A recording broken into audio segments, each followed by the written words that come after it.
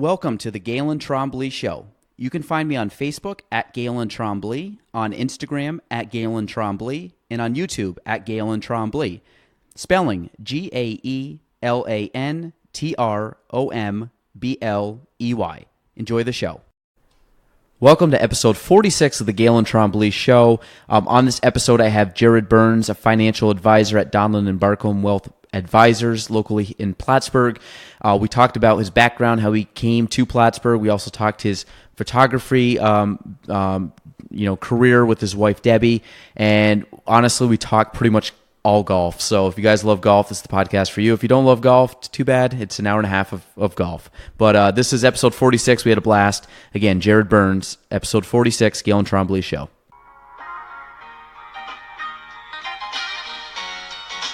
Welcome to the Gaelan Trombley Show.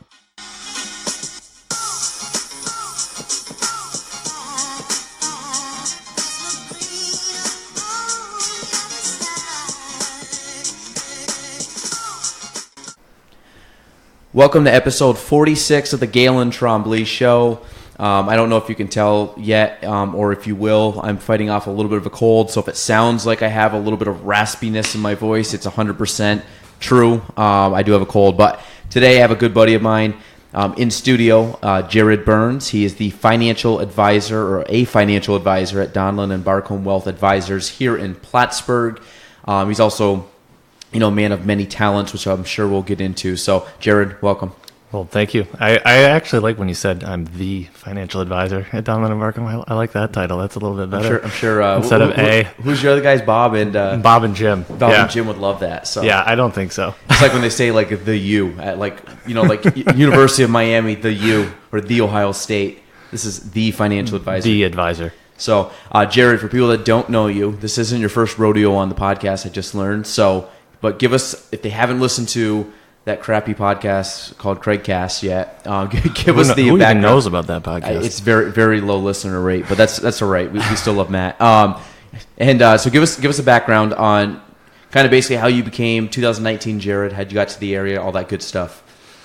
Well, there's a couple pieces to it. The easiest is Plattsburgh State, and I can get into how I went there.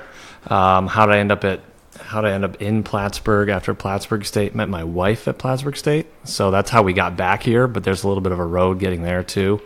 And then how did I get to where I'm at today is kind of an interesting story too, in terms of why did I get into financial advisory practice? Why did I choose that? That dates back to ninth grade. It was one of those situations, and I've told this story a million times, but it's one of those situations where I knew what I wanted to be. I wanted to be an architect forever. It was just one of those things that I just wanted to do as a kid. And I went to this career day at the school, and they make you choose two professions. So they make you choose, you don't have an option of doing just one and then sitting out the rest of the day. So I was like, oh, well, I don't need the second one, but I'm going to go to the architect.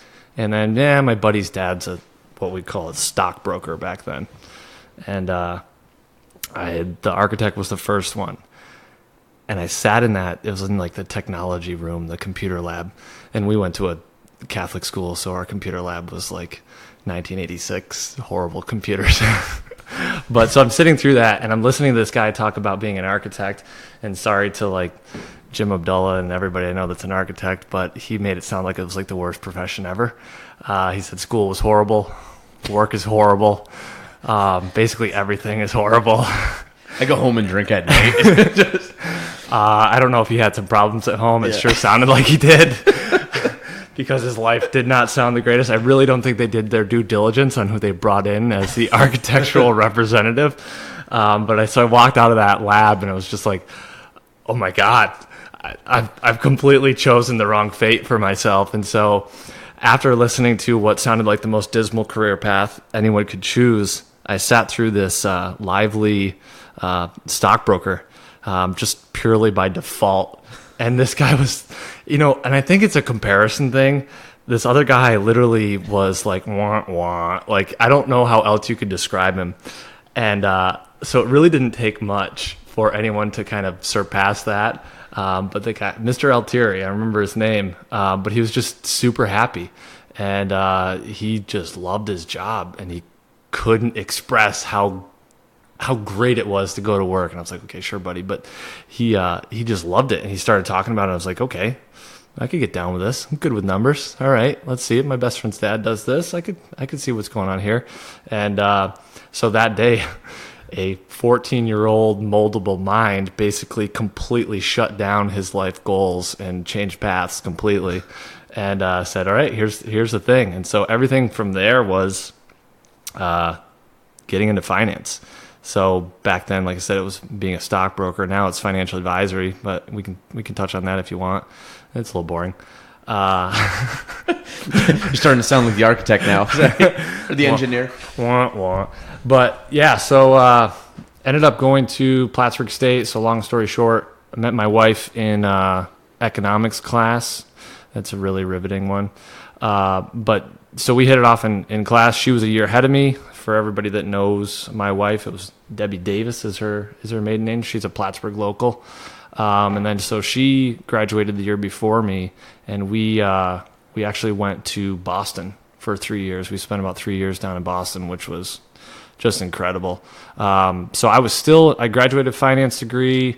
The whole situation was more like corporate.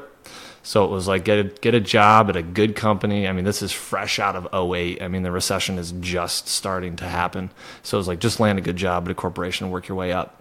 And so I was doing that for a while, and Boston's a great town. And we just went back, not to go off on a tangent, we just went back this weekend just to hang out and bring the kids.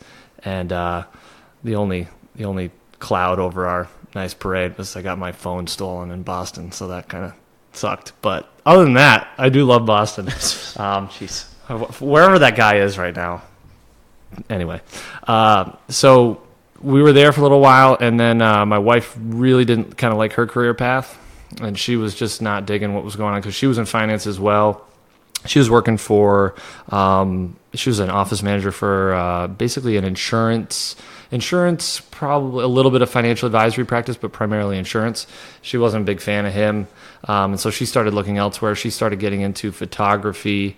And then that's right around when the corporate world I pretty much, not out of the gate, but about 2 years in, I was like, okay, this corporate thing is not my jam.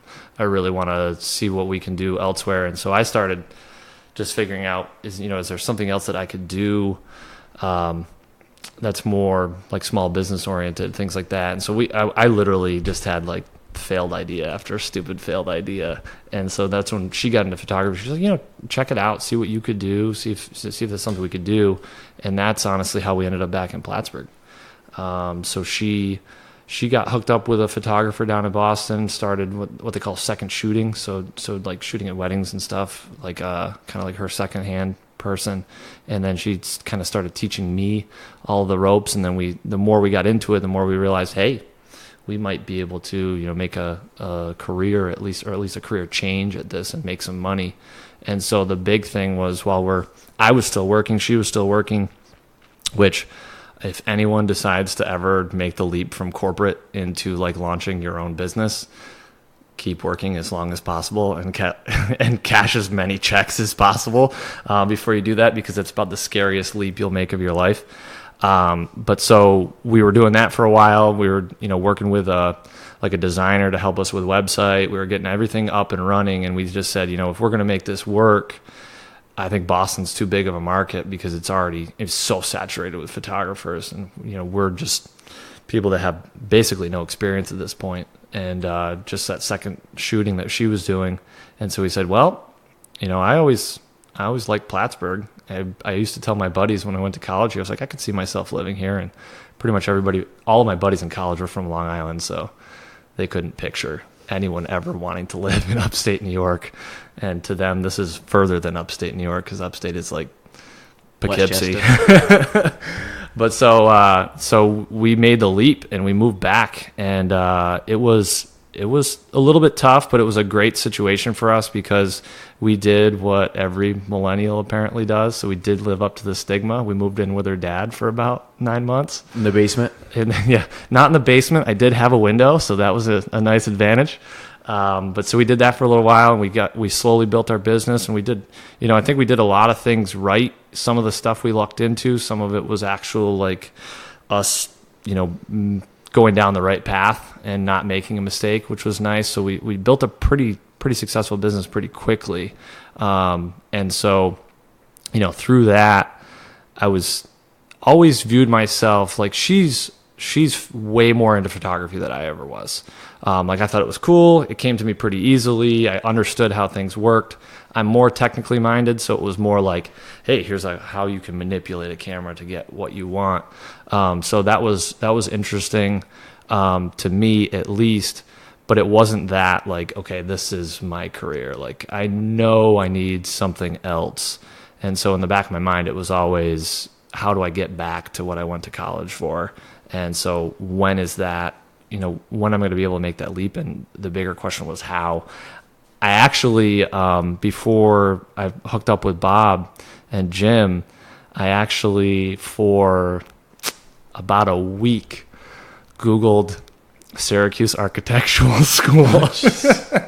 And I glimmer of hope, ray of light. Because I was really just like, okay, something needs to change because I can't be that. My wife always says it's, it never would have been a thing, but I always said to myself, I was like, okay, once I hit, 30 or 35, like I feel like I'm going to be that creepy photographer that is just like taking pictures, and I don't want to be that guy. And I'm not saying that people that are above 30 that take photos are creepy, because they're not. It was just an internal thing in my head. It was like, okay, once you hit 30, if you're still taking photos, like, what kind of van you driving at that point? Well, it's down by the river. Yeah. And there's no windows in it. Under the overpass, you're good. But so I was looking, and I've told this story a million times too. It was at a Rotary meeting, which was really cool. I mean, honestly, I can not to give a bunch of shameless plugs for Rotary, but it is an awesome organization. We pretty much were able to eat because of Rotary, because they got us a photography gig, like right out of the gate, that pretty much kept us afloat while we were trying to build our business when we moved back. And then I can also thank Rotary because it was how I met Bob Donlin, because Bob's in Rotary, and he was just having a conversation at the beginning of a meeting, talking about how there are no young people in my industry now. As financial advisor, nobody wants to get into it, and he's like, we've been looking and looking and looking for someone that would be a good fit, and it just seems like there's no young people anymore that want to get into it, because they're looking to how can they keep their business going, because I mean they're going to want to retire at some point. I mean, retirement to them, and we talk about it all the time, retirement to them is never, stepping away completely, but it's, how do you pass the torch to the most part to someone that can actually be doing most of the day to day, but still be involved. And so that's kind of their vision for the business. And so they were looking for someone. And so he was just talking about how they couldn't find anyone. And so Debbie and I left that meeting, and that's all I could think about for the entire meeting was like, holy crap, this might be my opportunity. Like, this might be that path that I can finally go down. And so I basically annoyed the crap out of Bob for about a year.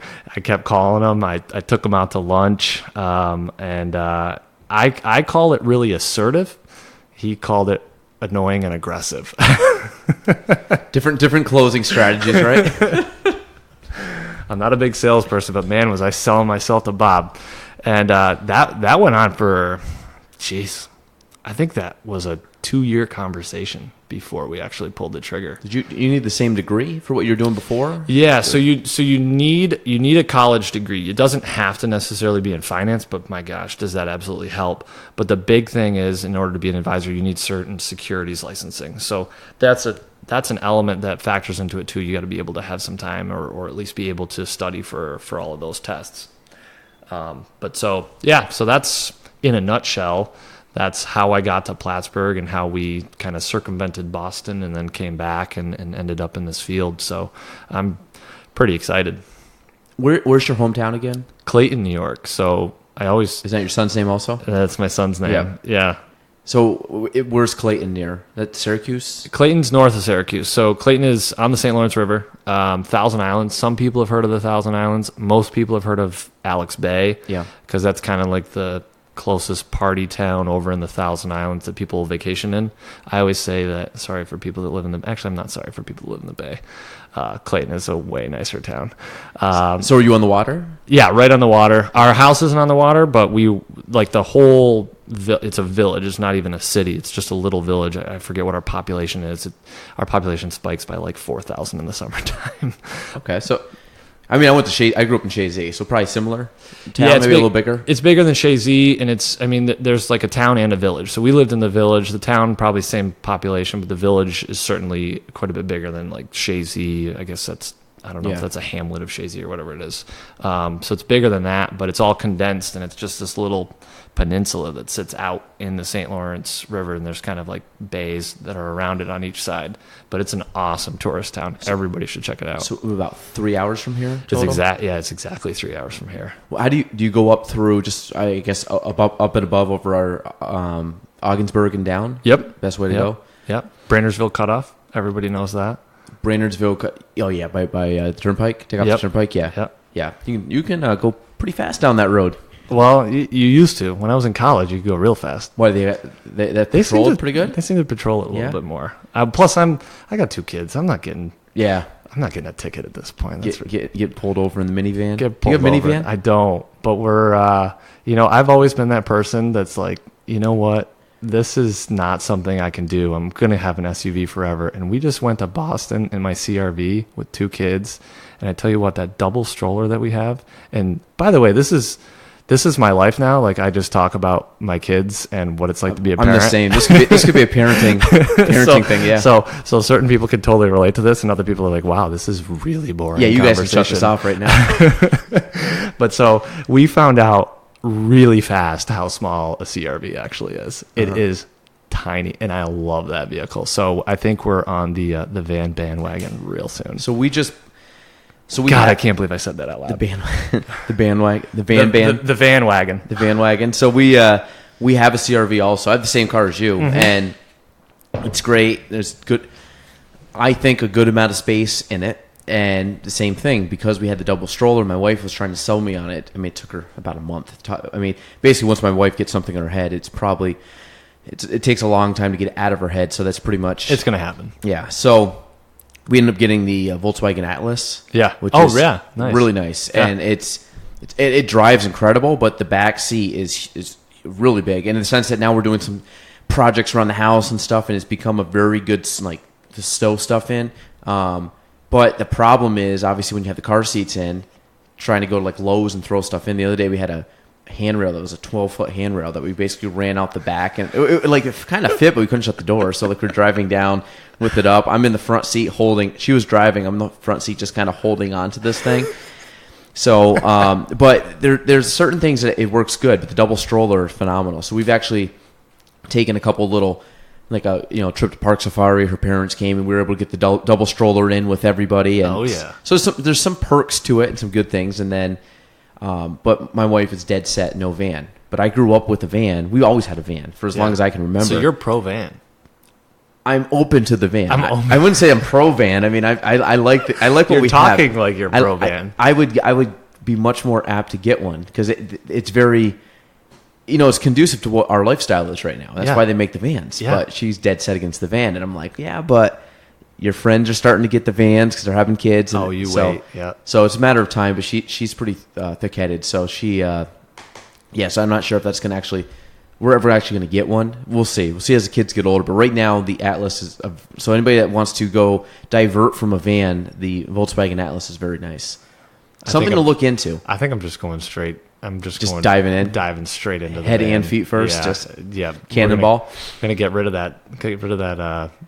Which Accord that we have. Oh, that's the thing. I think you'd still keep the CRV. Oh, definitely. Because the CRV's nice. I'm not giving it up. Yeah, it's good run. How old or what year is it? 17. Yeah, I think I have the same one then. Yeah. Yeah, they're nice. I like them. I love it. Yeah, but you have yours black, right? Yep. Yeah, yours is that it's dark green. Shape-shifting green. Yes, good term. Because I wanted black, and then I'm also Mr. Impulsive too. So I was on the lot, and they're like, "Well, we don't have a black one. We have this dark green one. We can order a black one. It might be in." And I'm already there, and I'm like, you know what? Just give me the green. Like, I'm literally to the point. This is me because I was like, it works for you though. Well, it's good. It matches a lot. It wasn't like I got a blue or something weird I didn't want, but it just for me was the time. Like, I don't want to have to come back here and do this, even though I know it's probably semi-quick. Honestly, it looks black pretty much.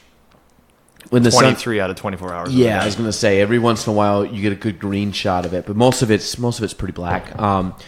So back to the financing thing you wanted to do for a while. So were you ever, like, when you came back into the photography business, were you guys just full on just photography? Yeah, full on. We went so it was straight all, into and that's it. all commission based, obviously. Yeah, like sales commission. I say commission, but sales. I mean, and that's the gigs. scary part about that. And I mean, everybody that does sales, they understand that. Is the biggest thing is, well, in your profession too. I mean, you get a little bit of repeat business. I mean, it's like the 5-year rule. People tend to, start thinking about another house 5 years down the road. And if you're not calling your clients after 5 years, you're not doing your job.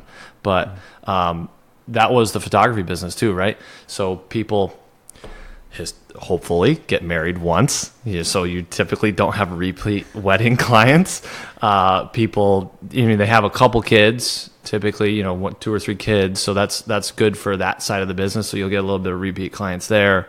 But really it's like, year in and year out, you're basically starting at square one and saying, okay, we need to build this business. So it's a little bit of a different marketing approach. And, I can work under that model, because obviously we made it work for 7 years, and Debbie's still doing a little bit of it. So I can work under that model, but it's a little bit more stressful not knowing, like, hey, here's where my business is coming from this year. And you're not working with, like, you're not, and I know that's why a lot of photographers have like corporate gigs and things like that, because you're going to have that steady income stream coming in from, doing these product shoots for XYZ or corporation proms or things like that. Yeah, things like that. And I tell you what, proms, we did one of those. Oh, never again. Yeah. I just my big thing was I want to have fun doing what I'm doing, and proms were like, not to dive into photography because this is going to interest probably 2%. Well, you of all can. your I'm actually kind of interested. This is the theme of my thing. It's whatever I want to talk about. So I really don't. Unfortunately, or fortunately for people out there, I really don't care. So no, go into it, because I'll talk to you after, because I do some. I'm probably gonna just like pick your brain on some stuff. So go ahead. So proms were anyway. Well, before I go into proms, so my big thing was, like, we really wanted to do outdoor photography. Yes, you can't necessarily control your environment, but it's more fun. Like, there's more opportunity. There's more things. There's more change in background, and it's a natural setting where you're not sitting there in a studio and, all right, here's this background, and let's walk over to this other piece of the studio, and rest your head in your hands, and there's a nice little faux doorway behind, like the old school way. And so that was our big thing.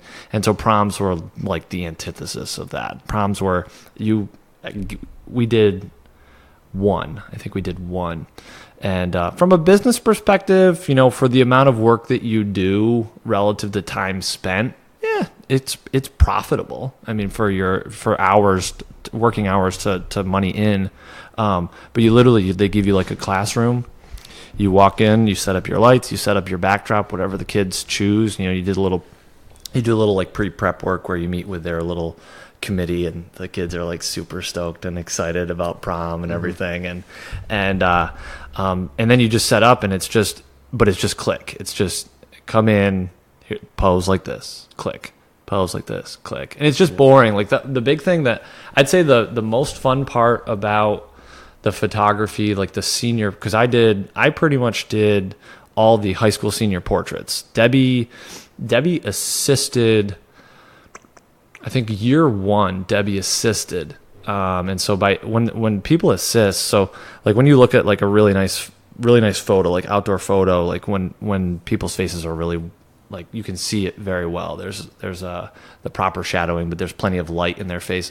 A lot of times what happens behind the scenes, and you kind of see this now online, but people will use what are called reflectors. And so there's these huge discs that are either white or gold or silver, and they basically just bounce light back in. So like naturally people with like a heavy eyebrow, like their eyes are going to look really dark in photos. So what you can do is you can bring this in and it just bounces light back up into their face, so it's more evenly lit. So especially for girls, guys, you like that dramatic lighting because it makes them look tougher.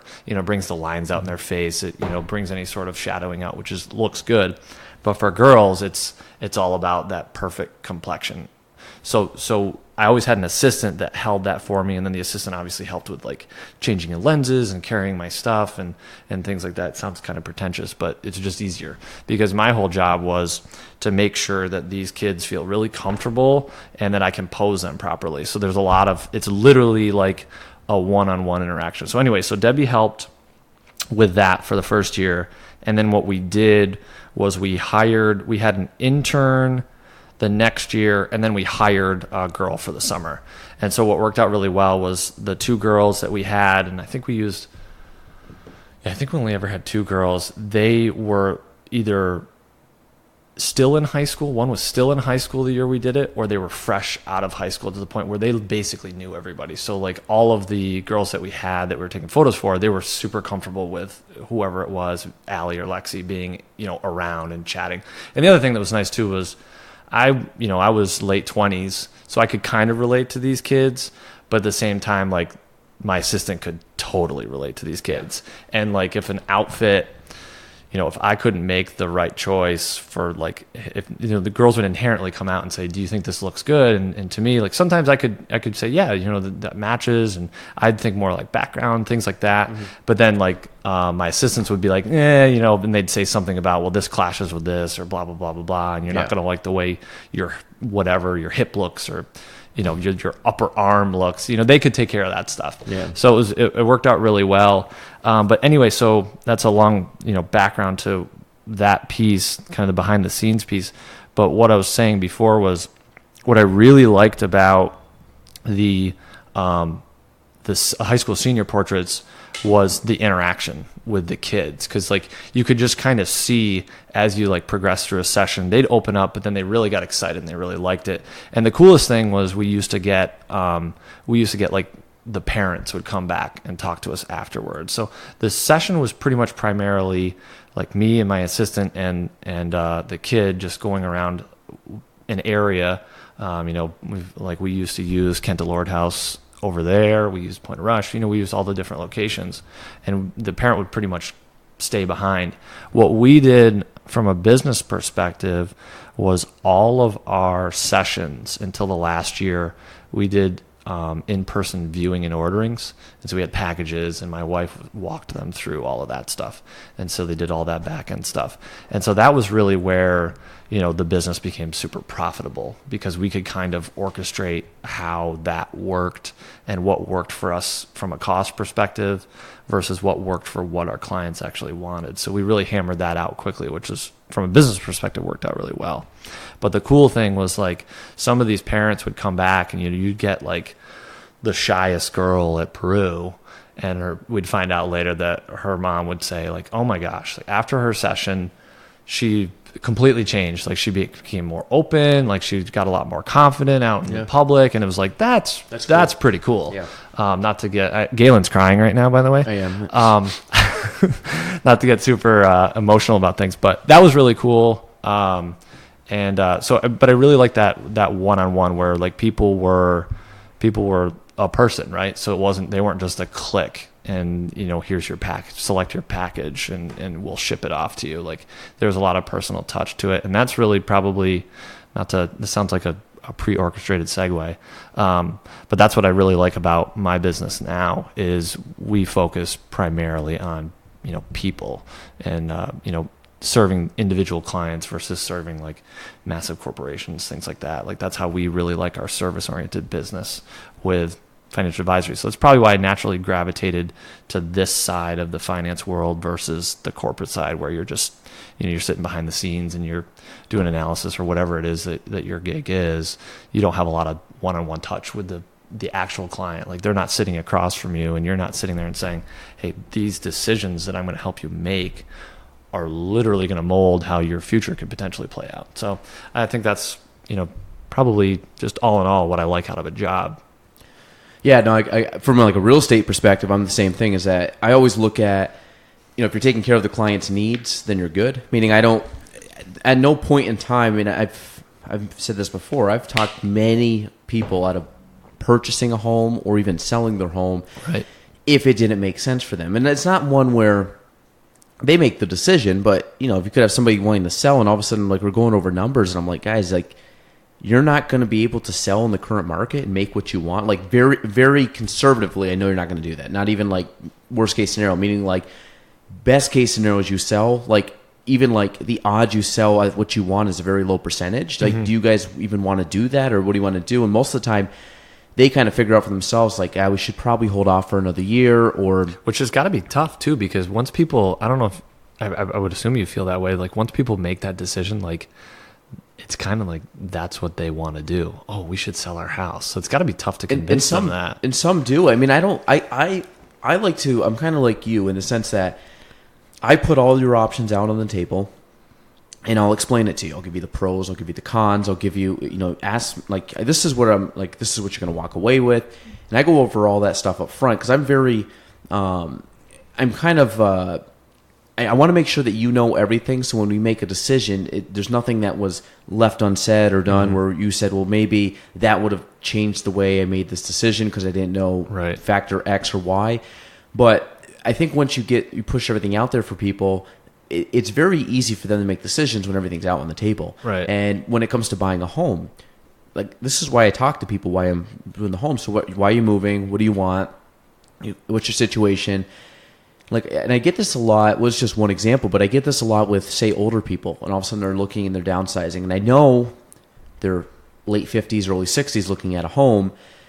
They ideally want a one-story ranch home because of stairs, naturally. But then every once in a while, they'll start throwing in some two-story places, or, hey, I would like to look at that. And then I always got to kind of bring it down. I said, do you guys want stairs? Do you want two-story? Like, you can do whatever you want. If you want, I could care less what home you buy, but they're like, well, no, ideally we want that. But a lot of people get impatient in the sense that it's like anything else. They want to buy something, like, I just want it now. And it's like, well, why don't we wait? Like, what happens if 2, 3, 4, or even 6 months from now we come across something that's perfect, but we're not? And you're like, well, we could wait that long. So then I said, I know it's tough, but we got to, sometimes you just got to step back, trust the process, and just know that something better will come along.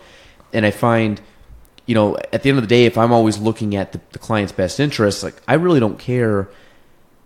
I mean, I'm to the point now where I've done well enough that if I get a sale or not get a sale, if somebody decides not to, purchase now and wants to wait till next year, I'm totally fine. Like, I'm in a position now where I have enough business where I'm good. But I mean, obviously, I would hope that I can sell them a home later on. I mean, I don't want to say, like, leave, don't ever use me, but it's the idea that I'm not one of those people that go out and I need to make a sale because I'm comfortable saying, hey, listen, the best case scenario is let's hold off for a year. I'll still be around in a year. We'll do this again. Right now, it's not the best scenario for you to purchase or sell or whatever. And most of the time, they know that, and they need to hear it too. And a lot of times that's all it is. They just need, like, a reassurance from somebody.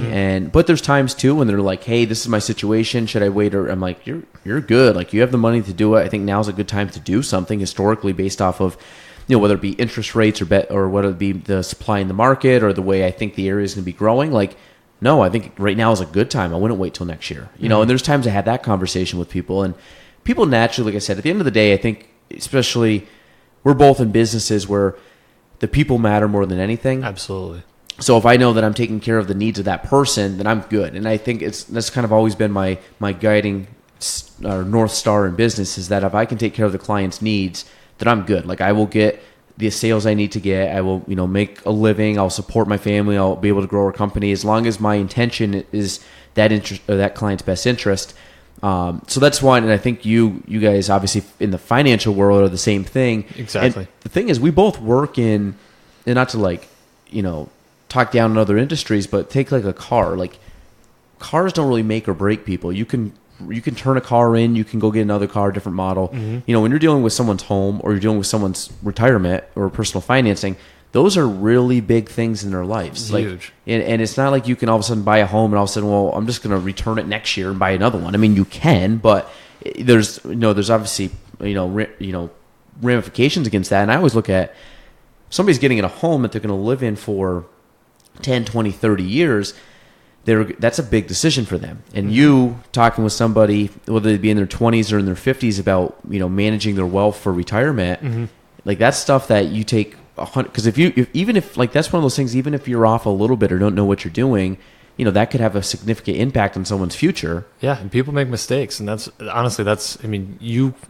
kind of a good segue, right? So you kind of prevent people from making mistakes from that one big purchase decision, and we can kind of help people, either prevent some mistakes that naturally happen along the way, because there's kind of a curve that people's financial life follows, but then also make up for potential mistakes too, if we can get in there and make some changes or at least shed some light on some areas that they may not be thinking about. Like you said, interest rates are great right now. They're going down, so maybe you do want to buy because you could lock that in, and they might not be thinking about that. They might be thinking, well, the houses that I like are a little expensive right now. Should I really do that? Well, if interest rates go back up, who knows what, that kind of stuff. So it's the same kind of thing for us, only it's, different topics that we're touching on. So yeah, you're absolutely right. It's really good to be able to, help a client through those decisions. And honestly, that's probably the part of the practice that I like probably the most. I think the investment side, because it is a little bit more technical, and it's a little bit more, I don't want to say cut and dry, because it can be trying at times. But if you can take the emotion out of it, the investment side becomes a little bit more objective, and it becomes a slightly easier and, or I guess, kind of repetitive, so to speak, because you're kind of making the same decisions, and you can kind of look in the right avenues to make the decisions that you want based on most scenarios. You have those tools available to you. It just depends on how you allocate people's money. But the part that's more interesting and is more dynamic is the planning side, where not one client is like another. So everybody's situation is a little different. So that's really fun to get into, the deep dive of, okay, where can we improve, or where are you just, you could just be doing really well, and, how can we keep that going? So that's really, I really enjoy that side of the business. So I take a look at the financing aspect of it too. Ideally, you would think that somebody works with you, say they go see you in their 20s, and they're with you for 40 years. Well, obviously, depending on how long you stay in business or stay in that field, but you can have really a lifetime relationship with a client. Whereas sometimes I would like to, obviously, I would love to sell you your first home and sell you your retirement home, provided we're roughly the same age and in business that long together. Right. But you have at least, your clients can be just randomly some old dude with his shirt off, stumbling through the parking lot out there. Right next to the water sewage treatment plant. Yeah, I don't know. Never seen that before, but it's not that hot, buddy. It's 70 degrees out right now? Sorry, I don't know. This is like a squirrel moment for me. I've never seen that. The other day, Ryan was walking down here, and I took a Snapchat of him, of Ryan and his wife, and I sent it to him. And it's I know this is creepy, but I see you guys. I don't know who that guy is. Sorry, it's random. Oh, he's stretching now. I think we need to go off on a full tangent. I think you might need to take a picture that people can look at later. I don't know what he's... Must have went jogging? Yogging? I hear it's a soft J. Oh, there is a shirt. There is a shirt available. Tucked in his waistband. It's just tucked in the waistband. What do you think he is? Probably, I'd say late 50s, early 60s? Late 50s. Gray. Yeah, definitely gray. Kind of like that salt and pepper. Yeah. Well, actually, you know what? I'm thinking 60s now that he's a little bit closer. I really hope he does some nice stretches on the fence. Pour us. Was it your neck? Is that cervical? Oh yeah, really bad posture. Yeah. Not the best. I'm sure we could make a couple chiropractic recommendations for him. Yeah, we get that guy back on the spine, back on the straight and narrow. So okay, well, he's gone now. I mean, for those listeners are like, wait, what are you guys doing right now? Yeah, actually, I would do a podcast where all we do is just comment, like people watch at the fair. Imagine if you went to the fair and just said. It's like my favorite pastime. I literally will sit in restaurants and just make up stories, like people's backstories. And do you say this to people? Like you say this to your wife? I'll say it to my wife, or I'll say it to people, or even like something as simple as like watching someone on the news. Just develop a backstory. Oh my god, it's so much fun. Yeah, because there's some people.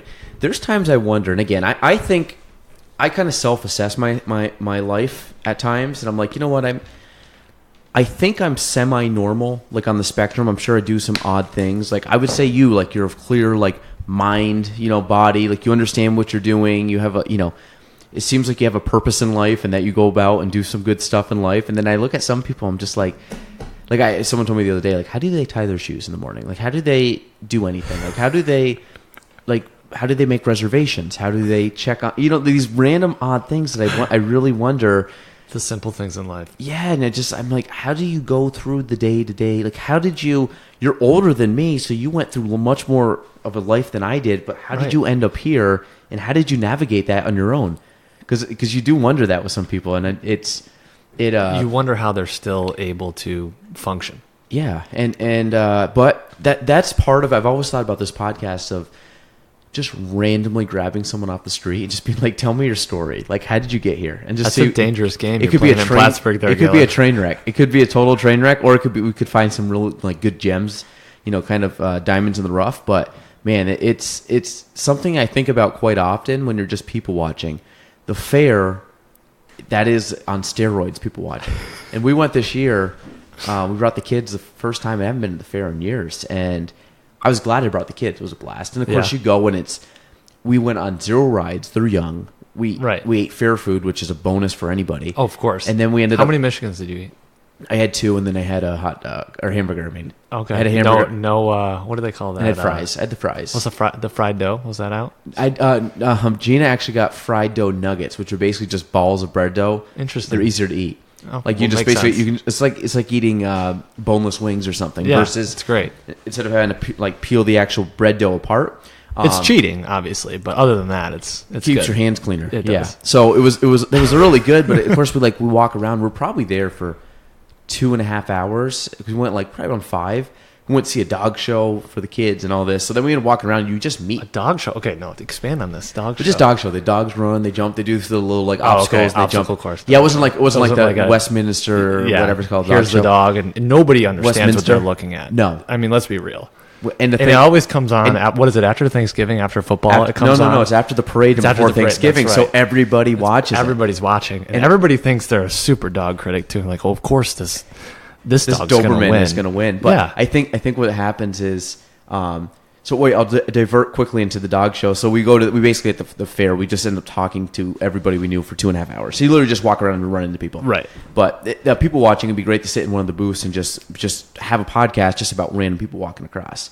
It'd be amazing. Basically kind of like iNews kind of thing, like eyewitness news. You just kind of go and watch them. Get a little thing. Just in. And a couple little playback buttons with sound effects. But the dog show, I could care less. I like dogs, but for some reason I watch it every year. I do too. Everybody does. Usually the females in the house are watching it because everybody watches NBC from start to finish, pretty much the entire day. Except football, I think, is usually on CBS or NBC. Yeah, and then Lions are on Fox, right? I think the Lions are on Fox. Every year. And in Dallas, I watch every year because I want them to lose, and they play on CBS. I do too. I don't know What's your football team? The Patriots. Oh.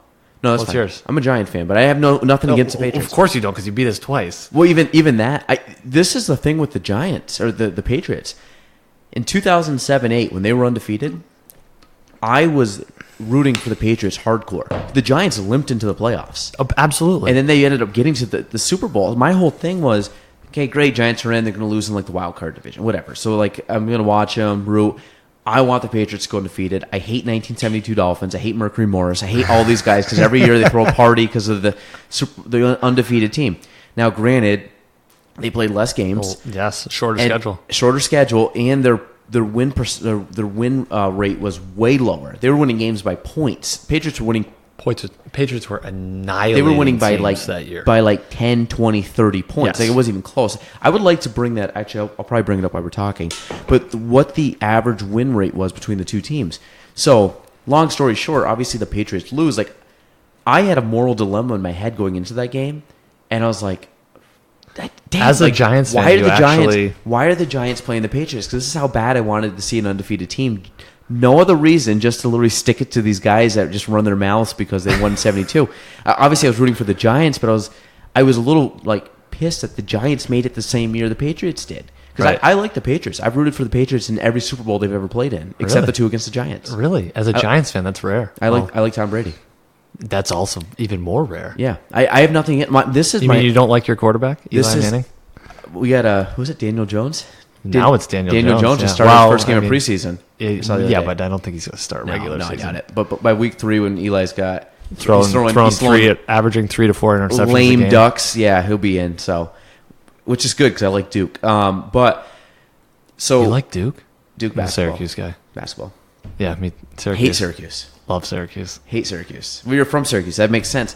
My all-time favorite basketball team, I will root for every game they play, is the Notre Dame Fighting Irish. They're my favorite football team. My in college football team. Yeah, but we're really going on tangents. I haven't got a thought in. We just keep jumping around. So it's okay. So this is. We'll put a pin in the fair. We'll get back to it. We'll get back. Yes. Well, the fair is done. I just wanted to say people watch the fair. Okay. Well, that's good. So the whole purpose of when the Notre Dame and Syracuse went to the ACC, because they were big East rivals, and I always rooted for Notre Dame. I would not root for the Cuse. This is the thing, though. If you gave me a third basketball team I'd root for, it would be Syracuse. Even as a Duke fan, it would be if Notre Dame's out of it, and then Duke's out of it. Okay, so if teams Syracuse. don't exist, okay, if they don't exist, meaning like right. I will root for Syracuse all the way up to the final game if that means they don't play either of those two teams. Gotcha. Because they are like a local team, but I don't follow them. I don't root for them. If Duke or Notre Dame play them, I'm 100% going Duke or Notre Dame. Yeah. Not even a question. I don't even care about. Syracuse football. I like to see them do well. I don't really watch them. It's Notre Dame football. I mean, I love Notre Dame football, but when it comes to basketball, I could care less what Notre Dame does. It's Syracuse all day. I'm a big like Mike Bray. I used to watch it back when they had Chris Thomas and Chris Quinn and I'm kind of drawing blanks on some of the names now. I used to watch a lot of the. Basically, it was like a slightly pre-mellow and then mellow on. Yeah. So what's that? Was that 04? 03 is they won it. 03, and then mellow left. What about what the heck's his name? I'm drawing a blank on it now. My boy was Jerry McNamara. No, what was after Jerry? After Jerry. Greg Paulus. Oh, yeah. Syracuse boy that went to Duke. So he was and then went Syracuse back to play boy, Syracuse. Played for Christian Brothers Academy. We used to play them in lacrosse in high school. And so he went to play basketball at Duke. And I tell you what, it was like the return of the golden boy when he came back to Syracuse, and he had a stud of a year too. He only played 1 year, right? He could only play 1 year, yeah. Because what is it? You get 4 years in one sport, and you can have a fifth year in another sport in D1, I think. Oh, gotcha. Yeah, unless you've redshirt or whatever. But yeah, he was a true freshman when he played at Duke. So he was fun to watch. I watched a lot more Syracuse football, and I grew up not liking CBA because we used to play them. It's somewhat of a rivalry for our schools. He's about your age then, right? Greg Paulus? I think he's maybe 2 years younger than me. I think he's your age. Oh, is he? I think he's 31 now, probably. Well, he's between us then. Between us? Yeah. But I remember that. I mean, that's 4 years out of football, too. That's 4 years out of football, and he came back and started for a D1 school and threw dimes. I think, and I gotta verify this. I think that he was recruited by Notre Dame to play both football and basketball at the time too. And I'd have to go back in the memory banks on that and do a little Google on that thing. But I'm almost positive he chose Duke basketball. So I could have been a huge Greg Paulus fan then. Yeah, because he almost. I say almost. I believe the offer was on the table to play both football and basketball at Notre Dame. I'm pretty sure he would have been probably starting. He was recruited at Syracuse too, and he just needed to get out. That was his big thing, was getting out, which disappointed a lot of people. But we obviously forgot that real quickly when he came back to Syracuse to play football. Yeah, you weren't burning LeBron jerseys out. Or jerseys. Well, you don't exactly burn high school jerseys. Yes. Although we did in high school when we got our hands on a crosstown rival jersey. That was a lot of fun. Yeah, well, that's okay. So I don't know. We did a bunch of stuff there. Football. I've just blacked out the last 10 minutes. We just talked a lot of sports. A lot of sports. Okay, so to tell us lacrosse. Lacrosse is one of the sports with cricket and rugby That's where you're classifying us? Well, I played Yeah. it, so obviously cricket to me, one of my good friends from college is Indian, and so that was my introduction to cricket, and I still don't understand it at all. Cricket, rugby, and lacrosse I'm saying are like three of the sports that I don't know the rules to. Okay. But lacrosse looks great, and I think there's a really strong chance, if my son likes it, that he would play lacrosse, because I know it's gaining popularity here. I mean, literally just think it's hockey on turf. If you looks can like start to a think of it blast. that way, it's so much fun. I had a blast. I played baseball, a typical North Country kid. You play baseball pretty much your whole life. I played baseball up until high school, and didn't really like baseball. I was like a mediocre baseball player. I could start, but I was, I batted 8th or 9th, or, I was just a fast kid that was decent in the field. And so when I got to, right before I switched schools, public school to private school, I got into lacrosse. I met the English teacher who was the head coach of the varsity team at the time. He said, "Well, we're doing a summer league. You should check it out if you're interested. You should come play that." And I was hooked ever since. That was a ton of fun. So played in 9th grade, and then played right up through high school, and then ended up at Plattsburgh State to play lacrosse there as well, which was just an absolute blast. But yeah, I love the sport. I wouldn't necessarily, but I would say I wouldn't classify us in with cricket and rugby, but we are a little bit more obscure, I guess, to the average person, because I don't understand. I watch rugby every time it's on TV, and I still don't understand it. Why are you able to run the ball in or kick the ball? I don't know. I know you can only throw backwards, though. You can throw backwards, but you can you kick can't- it forward and still end up with the ball. There's so many rugby players that I went to college with that are probably, if they're listening to this, obviously. Yeah. Well, they know I'm on it, so obviously they're following. That's it. Yes. Yeah. Yeah. Check it out. We're going to give them give the link. ourselves a ton of credit right now. We'll give them the link. We'll give them the link. But so I don't understand rugby. It looks like a ton of fun. Yeah, it looks great. I think lacrosse looks like a blast. I just don't understand the rules. I'm sure they're easy. I'm sure if I just watched a how to play rugby on YouTube, and that's really 10 what it comes minutes, down you could to. just figure it out but I know that it's picking up steam with a lot of younger kids. Mm-hmm. And to me, I love baseball. I grew up playing baseball. I don't follow it as much as I used to. If the Expos come back, I definitely will. I don't know if you saw. Here's to 2022, hopefully. Yeah, I got the Vladimir Guerrero signed bat there. Oh, nice. Yeah, I just picked that up. A buddy of mine had it, and he knew I was a big Vlad fan. It's Are signed. you a Vlad Jr. fan, too? I am now, yeah. And so I got a bunch of stuff written down. Last line he has on there is HOF 2018. He signed that in Cooperstown during his induction. Yeah, so I'm pretty pumped. I got a bat signed by him, or ball signed by him personally, when I was a kid. That's awesome. Yeah, so the signature's legit because I have his signature on almost This needs 3 to or be 4 of them. encased. It's ASAP. going to go up on my shelf up there or in a safety vault somewhere. But I'm excited. Oh, you got to display it. I'm pumped because he's my I don't buy a lot of memorabilia ever. It's my first thing I've ever bought. The biggest thing because I don't really care. I don't need to collect stuff like that. Right. Some people like getting photos of people and things that's not my cup of tea. But there's so much nostalgic meaning to that because he was. If I had to pick just a favorite player growing up in any sport, it was that. The Expos were my all-time favorite team. I loved the New York Giants, but I did not follow them as much as I did the Expos. Gotcha. And obviously Vlad was the stud for them. Right. And for many, there were some guys obviously in the 80s he had phenomenal Then teams. where did he go after that? Did he go to the Angels? The Angels. So he left the year before they left, I believe, and he went out and he won the AL MVP the first year he was there. Yeah. And we had watched him. He was, I think, in the 40-40 club when he played. Well, with that's the what Expos. everybody said about the Expos. It was like breeding ground for players to just. It was like a glorified farm team for the rest of the MLB. Yeah, there Because was once players got good, they just left. and they were phenomenal players. And you take Randy Johnson, Pedro Martinez, Larry Walker, Moises Alou. All these stud players that were Hall of Famers were future Hall of Famers or are Hall of Famers that Right. started there. Fun fact that people don't know: Tom Brady, I believe, was drafted by the Expos. Was he really? I think so. Pitcher? I want to fact check that. I think he was drafted in the 2000s. Don't fact check it. People, I'm going to believe you. I think so. I said it with enough conviction. Say that it was with right. conviction. But we'll edit all this part out right now, I and we'll go think- back to where you said Tom Brady was drafted by the Expos. I'm almost positive he was.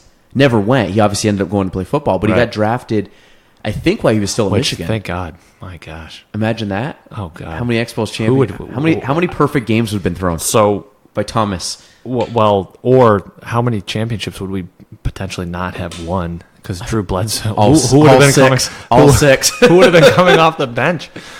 Nobody was throwing to I don't Wes know. Welker. All six. No, God, I love Wes Welker. I am so to talk about the Patriots because I love them.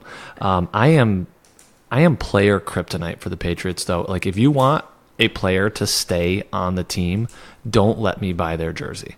The minute I buy their jersey, they get traded. It's awful.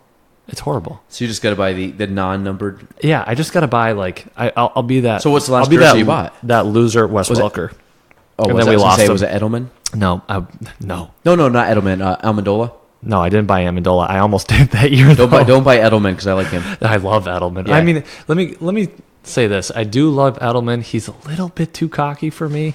I like cocky people, but he's like steroid cocky. You know what I mean? Like you can tell that there's just some rage MVP underneath there. That's it. But I do love him.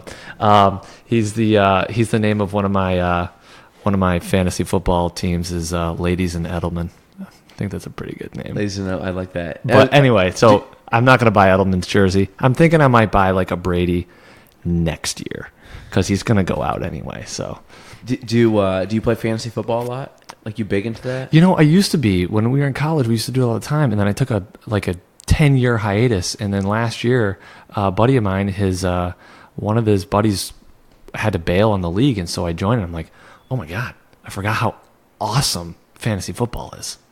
So now I am deep into it. How many teams? How many leagues you in? I'm only in 2 leagues. I can't handle more than that. I mean, with 2 kids and a wife that hates fantasy football. So this is actually a good. This is what. So I'm in 2. I'm in a high school buddy league, which is the first year I'm in it, and I'm in one my wife's run for years, which That's pretty cool. Like Ryan's in it. So this is my thing. Gina loves football, I think, more than I do. Oh my God, Which is awesome. That's it's awesome amazing. because who's her team? 49ers. She's a 1990s girl at heart. Wow. So she's got how many Rice jerseys does she have? None, but we have some 49ers stuff around the house. Young or Montana? It would have been Young. Yeah. Really? Yeah, Montana was a little too well, that was like he's more 80s. Yeah. Young but was 90s. I mean, Montana was just like Yeah, well, I'm sure she still likes him, Notre Dame, Golden Domer. But but Steve Young was definitely like the Jerry Rice, Steve Young era. Right. But that was when they were winning. That's why there's so many Dallas Cowboy fans that are our age because they grew up watching Dallas in the 90s. Correct, right. I was a Giants fan. My dad was a Giants fan. They won like the year after I was born, I think. And of course, obviously, I didn't know anything back then. But well, you were raised during LT's prime, so that was fun to watch. well, I watched the Giants. I really no, actually, to be honest, LT a little bit, but I really came into football like around like the Jason Sehorn era. Like basically, it was okay. A little bit I didn't later. start watching football until I was 96. 96 was the first Super Bowl I remember, which I believe Green Bay played like the Broncos. The Broncos, yeah, and they won. John Elway won. Didn't the Broncos? No. The Broncos win that one? The Broncos won, I think, 97, 98. I remember Okay. those. I remember 96. I think Green Bay It was won. the last one. And then 99 was, I think that's when St. Louis had a couple back-to-backs with like the Kurt Warner, Marshall Falk, Isaac Bruce, Torrey Holt. Because it was Rams. Was it Oil? Was it Titans by then? Titans, I think they were 2000. So then I think they won in 99. I think But they lost to the Rams, right? Titans did, yes. Yeah. But back then I had like, well, rest in peace, but Steve McNair, and I had the Eddie George jerseys. Yeah. I remember having that because my cousins were from Tennessee. Okay. So I go down and I get like they weren't like they were still pretty pricey, but they weren't like the patched ones. They were Right. like the But you know. who cares? But I had those jerseys. Well, they started to peel. That's why. But I guarantee I probably still have them at my parents' house somewhere. But I'm not buying my kid a patch jersey. Those things cost like $300. oh no, well. I might just to make sure he's not a San Francisco 49ers fan. So, but I think by well, this is the problem. By default, like our family, my father-in-law is a big Patriots fan. My dad and me are Giants fans, and my wife's obviously a 49ers fan. So, What's Derek? I think what is Derek? I think Derek's Giants. Really? I think Derek's Even Giants. I don't know if he watches a lot of football. I think he's a Giants fan though. Really, the only thing that me and Derek really talk about. Because he's in the league also. His team name is We Need More Cowbell. So, but I don't think he's a Dallas fan. So, but the only thing that me and him really talk about is Tiger Woods. Oh, I love Tiger Woods. On golf. So actually, this might be another hour of just golf Let's just get into it. I'm just going to open up the. No, same with fantasy football though. We should get like a young professional game. I'm totally on board. Would you do it? Absolutely. Let's talk about this right after this is done, and we'll make some texts because we still have time. We still have time. That's what I'm saying. If we I got a draft tomorrow night, and then honestly, I got time for another draft. I'd prefer just to either do that or just do an auto draft and not just roll with it, unless you guys are very big on picking. Oh, we're picking, baby. Okay. Can we do like a night? We just say let's do a night. Draft night. Let's go somewhere. Well, we went to Buffalo Wild Wings. We sat out on the deck and did it with my buddies. It was good. It was fun. I'm down. And we only had 90 seconds to pick, so it was pretty quick. But wow, that is quick. But everybody was just like, whatever. I mean, I don't really know. I honestly, I didn't even know half the guys were holding out on their contracts. I had first one was Ezekiel Elliott, and they're like, oh, not like he's holding out on his contract. I'm like, what do you mean? They're like, no. I don't think he's going to Le'Veon Bell. Well, this is what they're telling me. So I'm like, geez. So I grabbed. Then to come find out, one of my buddies gets Andrew Luck. Well, he's out. So I mean, there's like in my league, somebody got Andrew Luck, and then I almost picked him. I took Matty Ice. So I don't know if I already said this, but for all of our listeners out there, I had my phone. I did say this. My phone stolen in Boston this weekend. It was awful, and I was watching updates of the preseason game. I don't know. Don't ask me why I was watching updates of a Colts preseason game, and I saw that he was announcing his retirement. And I immediately said, I'm going to go pick up Jacoby Brissett because it's just going to be, we're in a 2-quarterback league. It's awesome. Is he the backup? So much fun. No, I didn't have running back. But no, Jacoby Brissett is his backup. And so I'm like, I'm going to pick him up because it's going to totally screw people. So I'll just carry 3 quarterbacks, and then I'll have one good starting quarterback. Because typically in our league, because it's a 2-quarterback league, once you get to those bye weeks, your quarterback, you end up with like a crap quarterback. Sometimes they don't even start because pretty much all the starters have been drafted. Wait, a 2-quarterback league means 2 guys are starting every week? 2 starting quarterbacks. Dude, our points are through the roof. It's so much fun. I've never played in a league like this before. That's wild. So much fun. I've never seen that. Okay. And so I went to pick him up, and I was like, I don't have a phone. I literally logged in. I like downloaded Yahoo Fantasy onto my wife's phone, like tried to log in, and it said, we're going to have to verify your ID. I was like, okay, quick, let's get this done. What email? No. And it was a text to my cell phone in order to verify the ID. I was like, damn it. So I finally get my phone. I finally get into like a computer when I get back home, and a buddy of mine had already picked him up, and he picked him up at like 9:47 that night, and I was looking at it at like 9:30 or whatever it was. I was like, damn, that would have been a great steal. Because my team is, I've got a couple potentially questionable guys that are injured right now. I'm hoping Amari Cooper plays. I got him. Hoping he plays, and then Sterling Shepard is I thought was a decent backup. I didn't realize how injured he was. And then Emmanuel Sanders is another one of my wide receiver backups who just had Achilles. Broncos. Just had Achilles surgery. And apparently he's recovering really well, but he's also 33 or 34 years old. And I'll tell you what, you might as well be 80 if you have surgery. When you're playing on that level? Yeah, when you're playing at that level. So anyway, so that was, I don't know even where I'm going with this, but I think we should talk about Tiger. No, we can, but we'll come back to that fantasy football. I'm sure. Let's How many people would you need in that? I think you need a minimum. I think you should have at least 8. 8? We could probably get 12. 12 would be fun. I think it would be good. And then we just talk shit and everybody puts some money in. Yeah, you can be the commissioner, so you can be in charge of all of it. Put money in the kitty or whatever. And then I think we should do that all in. Everybody pays in like $100 or something. $100? Well, that's more expensive than my only paid league. Is it?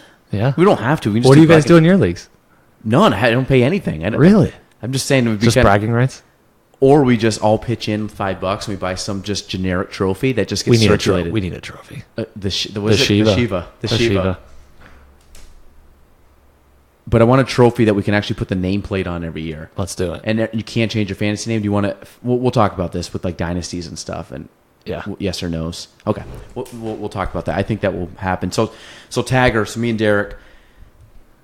Tagger's playing usually majors. Like I watch all the time. Pretty much all he plays now. Yeah, he'll play like one invitation, the Bridgestone. He'll play the Bridgestone because it's basically his invitation. He'll play a few, but I think the biggest thing is when I shut down for 4 tournaments a year that I really watch. Like the Tour Championship, which had a very good leaderboard this past week, and I was going to watch it. God, it was awesome. But I didn't have any time. I was just doing stuff around the house and projects, and to be honest, I probably watched 7 holes the entire weekend. Me too. And I was checking it periodically. Like, I'd watch it and like watch a couple shots and then back to do something else. When the majors are on, I'm out. Like, my schedule's cleared. Friday, Saturday, with appointments and stuff, if I'm in the office, I have it on and my focus is like 70% there. It depends on who's playing too.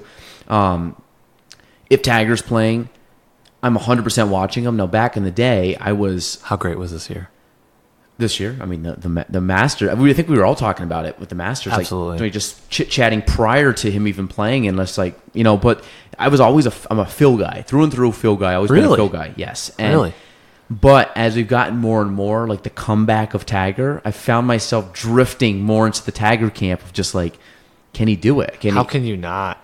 I mean, it's Phil is at the point now where like anything he gets now is bonus. But even if he wins another major, it's like, great, that's cool. But he's not chasing history. No, Tiger still is because he can't. No, and Tiger still is, and you're like, damn, like he could still do it. Yeah, it's just one more to tie, or is it one more to lead? No. He tied. I believe he tied Byron Nelson. Or no, sorry, Byron Nelson has 82. Tiger's at 81 wins now. But it's also majors is. No, he has 15. He's 3. He needs 4 to break Jack's. Oh, Jack is 18. 18? Oh, I thought it was 16. 18.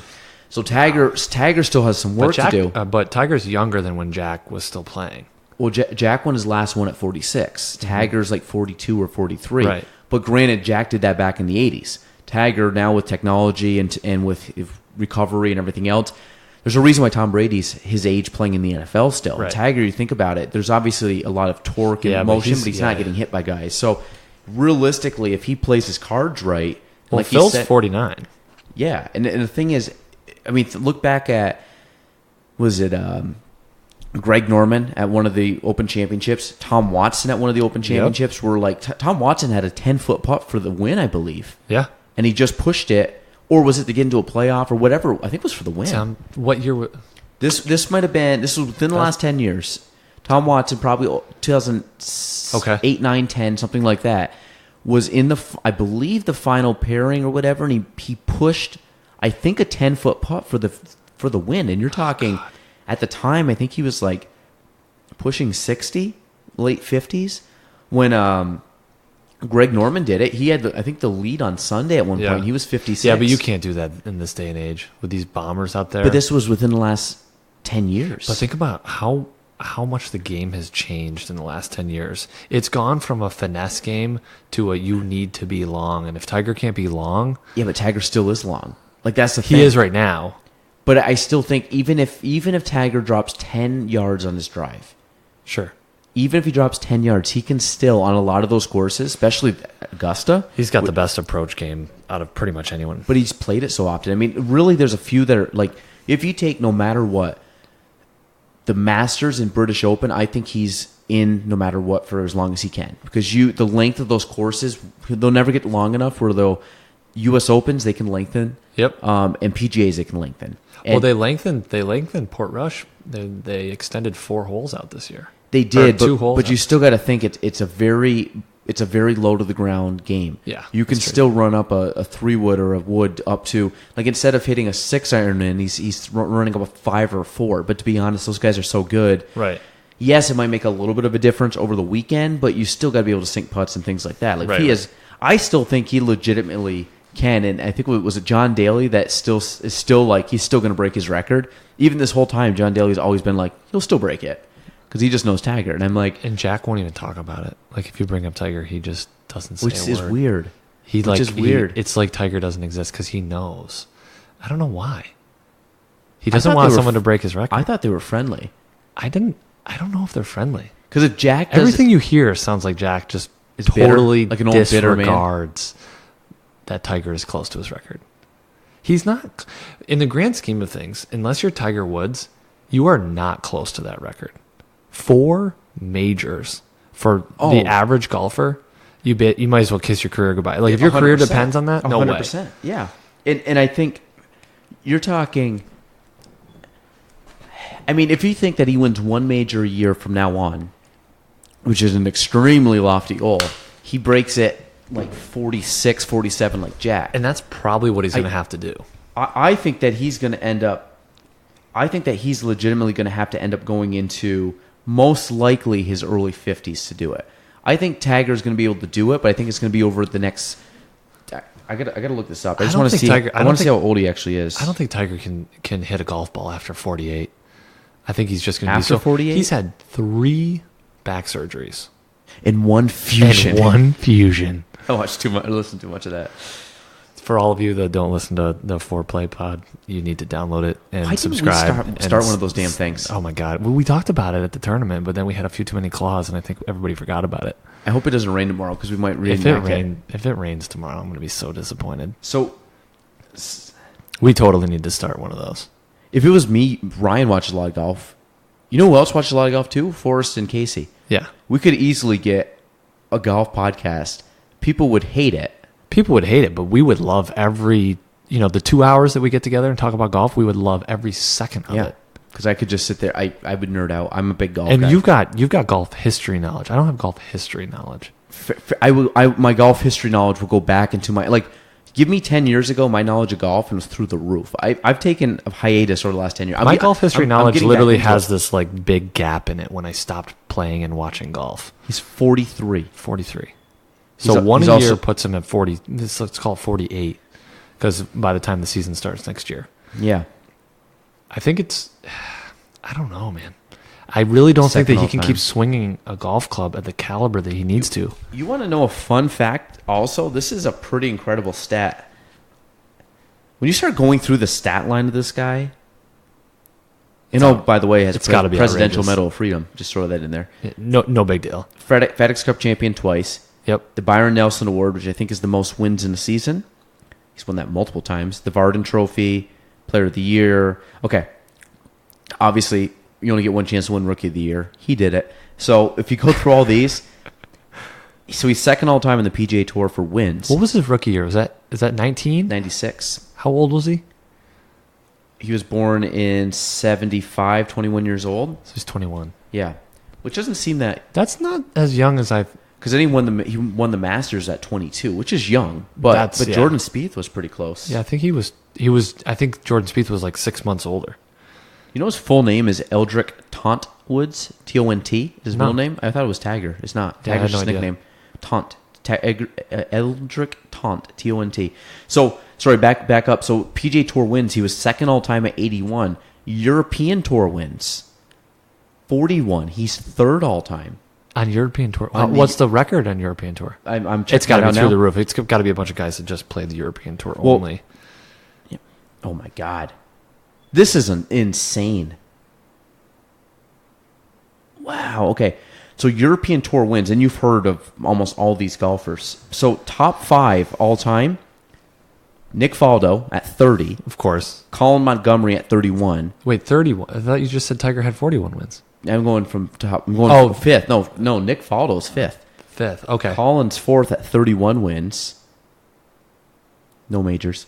Tiger Woods, 41. Third. In second, Bernard Langer at 42. Bernard Langer. 42.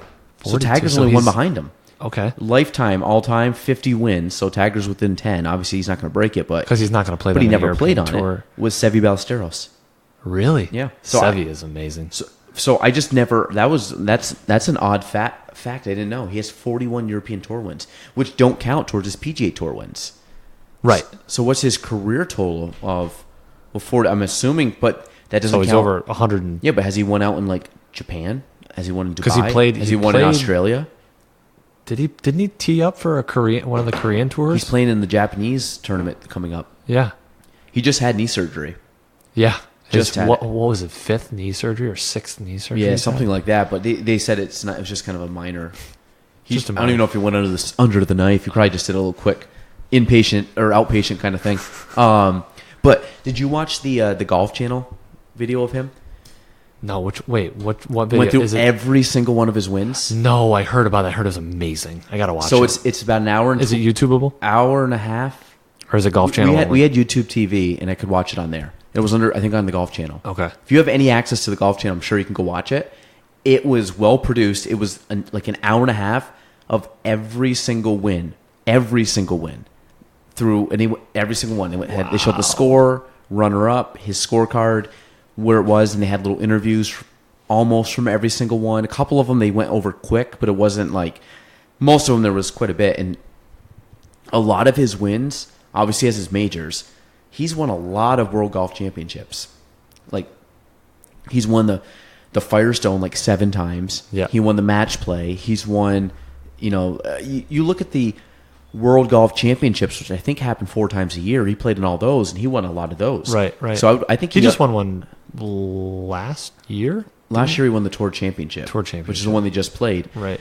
But there was a handful that he won that were under the WGC title, and then he won a bunch of, a couple random ones. He won like the Walt Disney Classic. This is back when he first started, like the Honda Classic, all these ones he never even plays anymore. But it was kind of cool to watch him in it.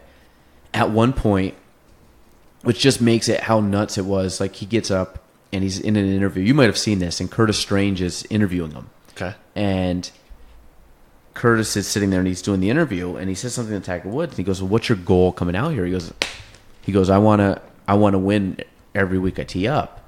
And he kind of laughs. He goes, "Yeah, well, that's not going to happen." He goes, "Well, that's my goal." And Tiger's like straight face, like that's what I'm going to do. And he goes, "Well, yeah," but he goes, "Second and third's not bad either." And then Tiger goes, "Yeah, second, third's not bad," but he goes, "I want to win." And Curtis kind of gives him like this little shot. He goes, "Oh, you'll learn," or something like that. And then all of a sudden, like that's kind of how the thing started out. And if I was Tiger back then, obviously at the time he's probably like 21 years old. Right. Like you're almost to the point where you'd be like, "Yo, listen, buddy." Like you'd almost get in a fight because Curtis was kind of a dick to him during the whole thing. So then it ends up going like they just start racking off, and he started playing at like the Las Vegas Invitational or something like late in the season, and within like 5 months or something like that, because he went from 96 into 97. So like Masters was his first major as a professional that he won, and he won like 4 tournaments. Like the Masters was like his 4th or 5th or 6th win, and he started late in the 96 season, and this was already the start of the 97. That was like he already had won, like I said, maybe 5 times prior, 3, 4, 5, 6 times prior to that match. So they're just sitting there like, yeah, he's won. He already had a couple back-to-back wins. He had a few. He has the second longest win streak, I think, at 8 tournaments in a row, or 7 or 8. Who's first? Byron Nelson has 11. Oh, okay. Yeah, that will never be beat. That one, I think, that's like the Lou, or what is it? Was it the Lou Gehrig single or the hit streak from baseball? Like games in a row with a hit. It's like Gehrig. It's not Is it Gehrig? I may have that wrong. It's Or is it Mantle? I don't know. Is it a Yankee? It's a Yankee. It is a Yankee. I'm almost. I thought it was Lou Gehrig. It might be. He had the most hits in a row. And I remember like anytime someone gets to like 30, they're like on the watch, and I'm like, you still have to get 60 something or something like that. Like baseball, that one's gonna be a hard one to touch. But yeah, it's 11 wins in a row. So he had like. You can't get that. It's just impossible. Well, in today's day and age, you can't. I mean, Tiger had the chance to do it. I mean, the best golfer now, I would say, if you wanted to tee it up every week, is Brooks Koepka. And he's not even like that. He's not going to tee it up every week. Well, I mean, it doesn't. And if he does, he doesn't care. Well, no. Sorry, I should say it's Tiger won 8 tournaments that he played. It wasn't necessarily 8 weeks, but when he teed up, he won. You have to win. Yeah. Like you have to be entered in to count. I don't think Brooks has that in him. No, he doesn't care. He doesn't like golf. There's not one golfer that I know right now that, because Tiger. That's the thing. Like you watch this video, it's an hour and a half of just like literally just Tiger. Breathing golf, and it is incredible because everything was. And of course, I just signed up for a $12.99 freaking 6 video subscription. You watched that? You watched the first one? I did. Did you sign? You signed up too? Did you sign? Yeah, of course. Yeah, I can't wait. I haven't started watching the second one yet. To be honest, I'm disappointed because I think it was just an easy way for them to get $12 out of me. Absolutely. Because do you subscribe to Golf Digest? No, you got to. The articles are amazing. I used to. You know who is an amazing? I would never read them. You know, you got to read them. I literally when I was a kid, I read them all the time. Right before bed, I'll read an article. Every single article I've ever read in Golf Digest is unbelievable. Yeah, it is well done. The actual articles, not like the tips and the tricks and like honestly, if you're a golfer and you're reading Golf Digest and you're trying to do all this stuff that they suggest in there, your golf game's gonna suck. Yeah. But so I read the article. You remember the was it the waste? Is it the waste management? Is that the one that's at TPC Scottsdale? Mm-hmm. With Gary Woodland and that little girl. And that girl. Yeah, freaking cried when they played it before the U.S. Open. They did the whole thing, and I'm sitting there like tearing up. Oh my god, it was amazing. Yeah. And so they have this huge expose on Gary Woodland and his relationship with this girl. Gary Woodland is now top 3 my favorite golfers, just Good based dude. on like and everybody says so. They had other stuff in the article where people are just like, Gary Woodland is the nicest guy on tour. He's just a nice guy. And like when I first saw him, I'm like, kind of wears that straight brim hat. He's got that basketball background. I'm like, okay, this guy thinks he's, kind of like a Brooks Koepka feel. Like he Or just Dustin thinks, Johnson. Or Dustin Johnson. He's just a stoner. Yeah, but he seems dumb to me, but yeah, he seems a little slow. Yeah, but I think it's probably all the stuff that's gone up his nose over the last 15 years. But Gary Woodland, man, really, really cool dude. The articles are amazing. You gotta subscribe. You paid more. Well, of course you paid more for a Tiger video. Why wouldn't you pay more for Tiger videos? And it's Tiger telling you kind of his process. That's worth way more than $12.99. The problem is, so I'm not going to say this. I watched the second one today because it came out today. Yeah. The one I don't like how they're going out every week, so I got to wait for it to come out. Because you're in the Netflix era, and I should be able to binge everything, right? Well, I just figured I was going to buy it. I was going to get access to this thing, and part of it is I like just. We talked about before, like why I don't hate Tom Brady is because I like successful people, right? And I hate when people hate him because. Just because and they're you could successful. say, well, the Because they footballs and all this crap. I'm like, no, you don't like him because he wins. And why don't you like him because he wins? Because he's good. And I think it's just one of those where you have to, that whole time, like, if somebody's good at something, you can't not like them because they're good or they outwork you or they just practice more or whatever. So, right. So the Tiger Woods thing, I, of course, buy it because I'm like, I just want to pick his brain and watch video. The problem is it's like a 10-minute video. Yeah. And I thought it would go a little more in depth. Like when I'm thinking buying this, I'm thinking it's going to be, you're going to spend like 20, 30 minutes. He's really going to go in depth on stuff, but it's really like I could YouTube half this stuff and just kind of, like, don't get me wrong. It's still cool to see it. Like in 2019, I'm still going to. Well, it's Tiger talking to you the way Tiger's never talked to the public before. He's never been that kind of open. He's about more open his now, game. And I think part of it is the way that the golf has switched over with like I said, we say foreplay, but Instagram and things are Right. like Well, Phil Mickelson is a Phil god is- on Instagram. He's amazing. So- How could we harness like 10% of that, and we'd probably blow up in this area? Phil is witty as all get out. Yeah. And if you look at some of the comebacks he has on He there, just joined social media like a year ago. and is one of the best follows out there. Yeah, And It's hilarious. doesn't take himself serious at all, and No. I love it. he interviewed a picture of Tiger Woods. And talked about how we basically got under Tiger's skin at a game with Tony Romo. Yeah. So it was incredible. And the one with Zach Johnson in the bath towel. Yeah, that's hilarious. I mean, there's just so many good classic Phil ones. And I was actually joking. We were texting today with people. My team tomorrow. We're talking about hitting bombs out on the on the range. So Did you see the video? Did you see the the dub video or whatever they call it? Yeah. That remix? hitting Bombs. bombs, gaps, pull, and was it point and whatever? I don't know. Pull and point, and no, it's just classic Phil. But yeah, it was like that story when the guy walked up to him and he threw $100 bill at him because he said he wasted his time. Yeah. And he goes, I got 900,000 more of those. So great. Like I think. I paid for that pay-per-view, and that was the worst golf I've ever seen in my life. Here's $100. Well, you look at like a lot of those guys, like they obviously when you see them in the public, they have to be a little more like, of course, filtered and stuff.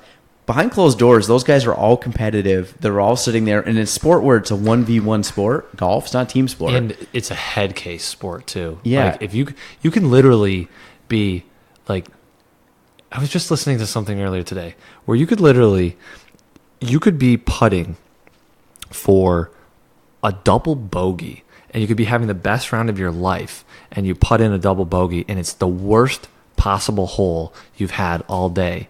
Or you could be having a horrible round and you're putting for double bogey and it's a 15-footer and it bends left and then back right and it goes in and it's the greatest feeling. And then you get up on the tee box on the next tee and you freaking slay a drive. But the other guy that was playing amazing all day and putting for double bogey pulls it left probably. Yeah. That's golf. Yeah. Like it is so contingent on how you feel.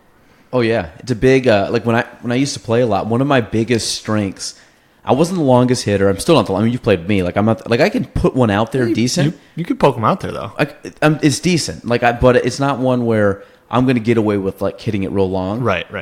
For the amount that I used to play, I should say I didn't hit it that long. Sure. So But one of the good things, I had a very good short game. But the other thing was I was very mentally, very level-headed the whole time. I would react the same to a double bogey as I would to a birdie. Not the sense of like no emotion, but like I wouldn't. I could keep my like emotions in check. Meaning, I wasn't like I wouldn't get a birdie and be like, yes, like I'm gonna crush this round now, because I know I could easily hit a triple on the next hole. Right. So it was always like I would get. Like I could start off and hit like a bogey. I always tried to go through the first 3 holes anytime I played golf, no worse than 1 over. Right. To me, that was just like a good start. I'm kind of getting my swing down, and because I never went and hit the range before playing, I would always just run down the first tee like anybody else and just hit. Nice. So we always. And was that your thing? If you didn't do that, did you play worse? Did you get in your own head? Are you superstitious like I am, where it would literally be like, okay, my thing is to just step up to the first tee and swing? No, I prefer if I had time to go hit the range. Okay. Yeah, no, I have no like. I would prefer to go to the range and just warm up and just kind of get your body warm. Not necessarily like really care how the shots are going, but just kind of like go through the bag and hit some shots. Obviously, you do care how they go, but it's not like I'm not living and dying by whether it was it's getting the stiffness out too. It's more of that. It's more just to get loose for the round and, like I said, get your body temperature up and kind of like doing like a warm up before you played a game or something. Right. But no, like I would go down. So like my thing is, if I would go out and I wanted to start one over through 3, if I went like double bogey on the first hole, then it'd be like, okay, I just got to kind of grind it out, and then like let's get a par. Or even if I got a bogey, it's like, okay, well, I'm just going to kind of keep chipping away. And maybe I'm like, okay, well, listen, I'll be fine. So maybe on I used to play a lot at North Country, so I'd get down and be like, okay, maybe on number 4, which is an easy par and like a very good potential birdie hole. Be like, well, instead of getting crazy and trying to, like, I'm going to play this shot and start playing a little more conservative on times. So I could really manage my way around a golf course. And I knew enough about the golf swing that I could, if I was screwing stuff up, I could manipulate my game a little bit to survive a round. And that was one of my best things. So when I talk like my scoring average, like I could play the whole year and probably only differentiate myself score-wise by like 7 or 8 strokes. Meaning, like, if you took my median score, I was probably shooting 4 better than that tops in the year and 4 worse, because I could keep my game together so much. Like, I wasn't gonna go out and shoot 70 and then turn around and shoot at 86 on a round. I would go out and I would shoot 77, 78, 79, 80, and maybe on a bad day get up to like 82 or 83, and on a good day down to like 74 75. And that would be where I lived the entire year. Mm-hmm. And I've played with a lot of people, and that's like I did very well in tournaments because I knew I could go out, and if I averaged 80, 78, 79, 80, I was going to shoot one of those 3 scores. A good day, maybe 76, 77, bad day, 81, 82. Because you didn't play high school, right? You just played tournaments? I played like, there was only one tournament. I played in 2 high school matches ever. It was when Shazy had a club, and we went and we traveled. And I was like 9th or 10th grade, and I played. And I'd go down in those tournaments, like we played a couple. I think we played like Westport and Willsboro or something. Okay. And I would go play, and of course I was playing against. I was number 1 kid playing against our senior, and I was probably a freshman, and I lost both rounds by like one kid ended up shooting the round of his life. Told me it was the best round he ever shot. Which is the first thing you want to hear. Yeah, and I think I shot a 40 or something. And he might have shot a 38. A 40 in high school is a good. Well, now round. I look at the scores and they're a joke. I'm like, it's disgusting. And I'm like now, like the guys getting to like sectionals and stuff. I look in the paper. I mean, those things are 45. You're making probably the top 3 or 4 on the team, or even 1 or 2, which is a joke. But so back then, the golf, I've only played in a couple tournaments, and most of the tournaments, the only ones I played in were really the Elks Golf Tournament, which was just like the Elks. It was an organization around here, kind of like the K Club or Rotary. So I'd play in that, and I played in that every year, I think, because that was like the one tournament that I could actually play that was a stroke play tournament that had any kind of meeting. Everything else was just me horsing around playing with my buddies. And I won that every single year from 14 through 18, because I think the last year I could do it or play in that tournament was 18. So I did 14, 15, 16, 17, and 18. And I won my age bracket every single year. And what would happen is we would go down and play like in the state golf tournament, and you'd play against all the kids from around the state that qualified to go play in this. And usually I think it was the top 2 from your local tournament got invited out. So there ended up being probably in total somewhere around, I don't know, 14, 15 kids per age division at the Elks Tournament Championship. I might repeat myself a little bit. Jared just stepped out, but he's back. So we played in, I was saying we played from basically age 14 to 18. I played in the Elks Golf Tournament, which is the only one I really could play in because it was open to anybody. Okay. I won every single year locally. Wow. And I only went and played in the state tournament twice ever. And both times, the rest of the time I couldn't play because I played soccer. So the tournament was always the Sunday. Wait, golf season was in the fall? No. This tournament, no, I never played in high school golf tournament. Oh, so my only tournament of the year was gotcha. this tournament I would play probably like mid-July, and then the championship was like mid-August. Oh, okay. But it was always, I think, the Sunday prior to golf, or prior to the start of the soccer season. So I never went and played because it was all around the state, so I'd have to play and either rush back late that night to make the first day of soccer practice. Sure. So I never went. I always vacated my chance to go to the state tournament, even though I won, so someone else would go play. I went one year when I was, I think, my first year ever because I wasn't playing. I think I was playing modified soccer at the time, and they started a week later. So I was 14, went and played.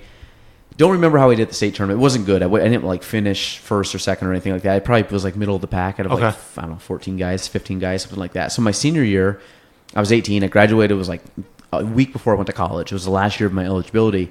And I went down and I took first place. It was the only time I ever played. So yeah, I still have the little trophy, little thing. So it was I was 18 and I won that tournament at like it was actually the Oswego Country Club. Okay. And it was like a private country club, a really nice place. Yeah. And went out and played. And so did you play under like Shay Z? Is that No. This was just an invitation. Oh, it was an invitation. The Elks was just like anybody signed, just go to the golf course, sign up, pay like $10. And then they just like age band you or something, or well, this was at the local level. I went in like, okay, date of birth, just show us an ID or something. Like, how old are you? I'm like, okay, I'm 16, I'm 17, I'm 18, whatever the ages were at the time. And so I'd win the local one every year in my age bracket. So when I was 14 and 15, I'd win 14 year, in the 15 year, then won the 16, 17, or whatever, 15, 16, then 16, 17, 18.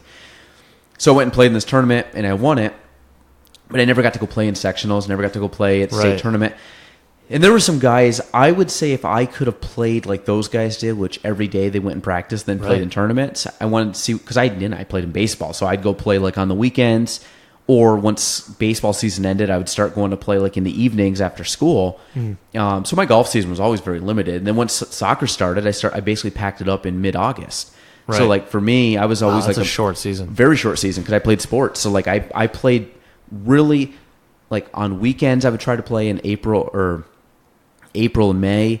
But with baseball, it was tough because you played games or had practices. So my weeks were out, and then basically late May when the baseball season ended, or mid to late May, then I would start playing golf like as much as I could, and weekends, mornings. Once school got done, I played them early in the mornings.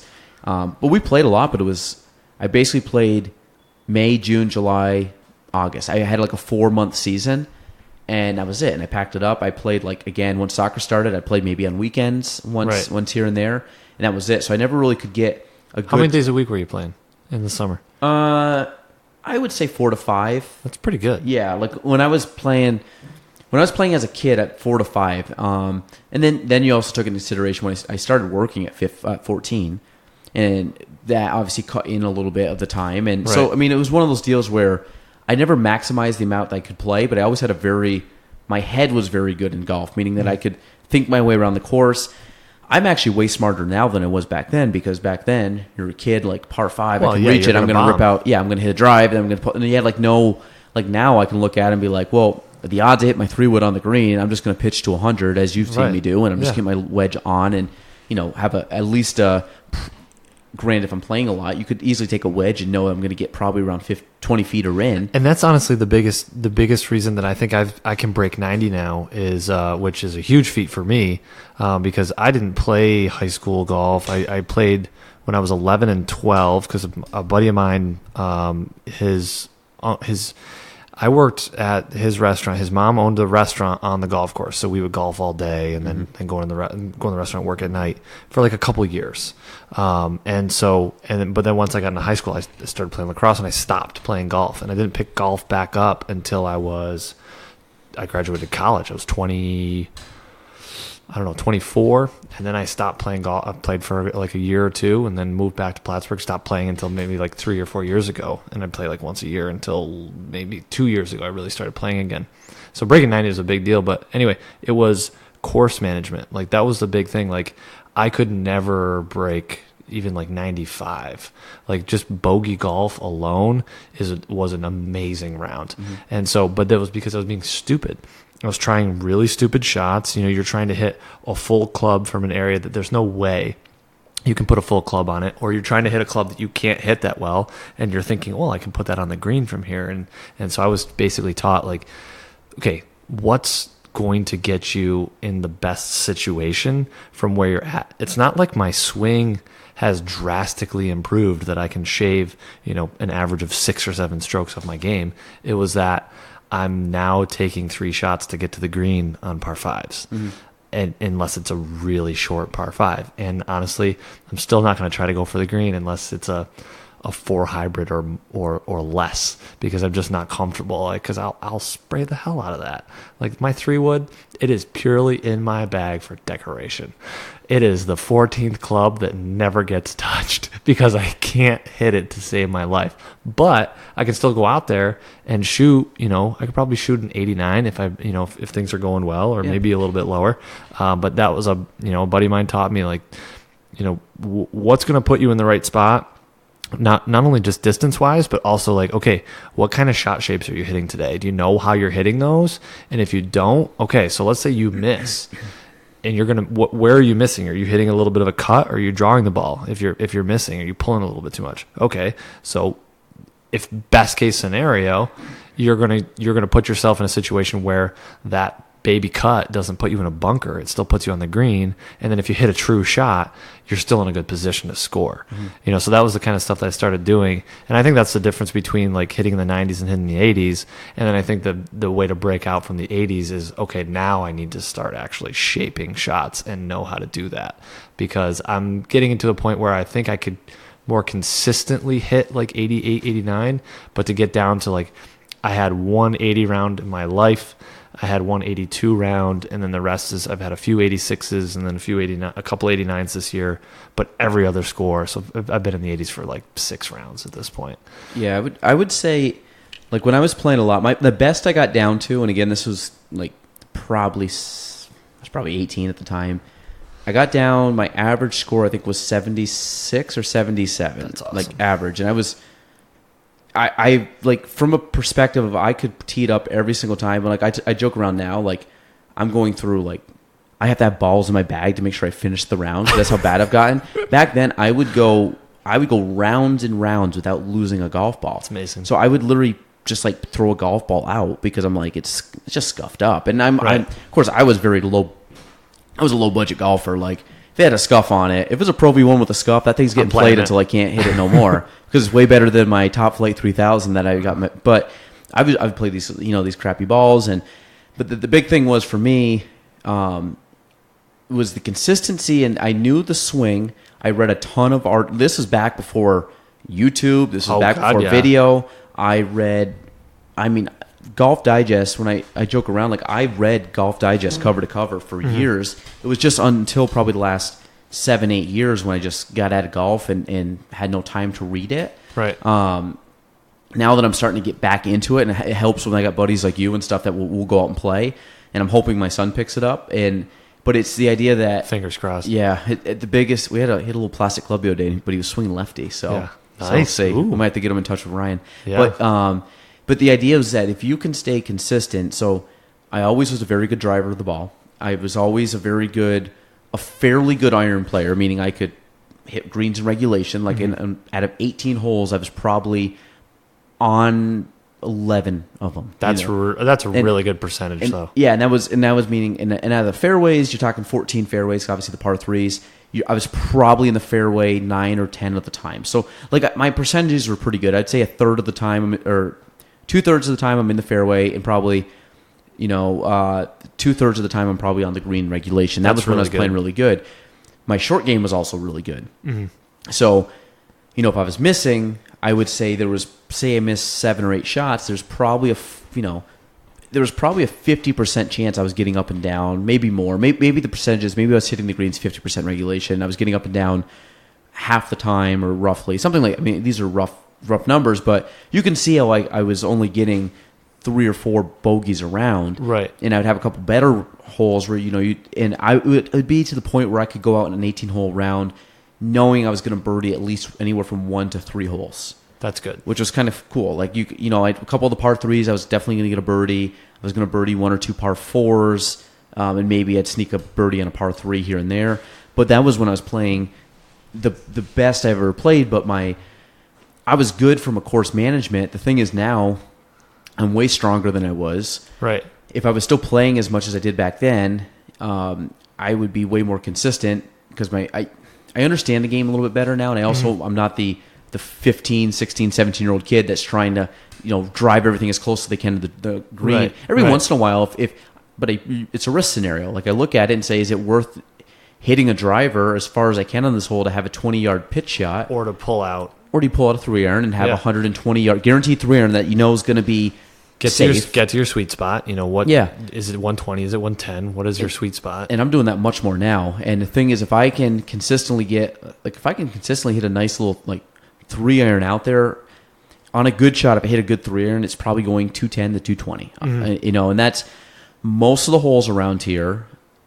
That puts you in good shape. Yeah, puts you in great shape. I'm probably going to hit that on a hole that's 370 or 380 or less. So I have at worst a 7-iron into the green, which is to me 7, 8, 9 are all scoring if you can irons. get your 7-iron, if you can get something 7-iron or higher out of your bag on your second shot, then you're in good shape. Yeah, and that was when I was playing consistent. And like I said, if I was missing the green, I was missing the green by a few yards, and then it was like, okay, can I just pitch this up and down? Right. And I usually could. I think that's the biggest thing too for me. So course management, and then the second one would be that is, for whatever reason, I'm going to knock on wood because I'm so superstitious.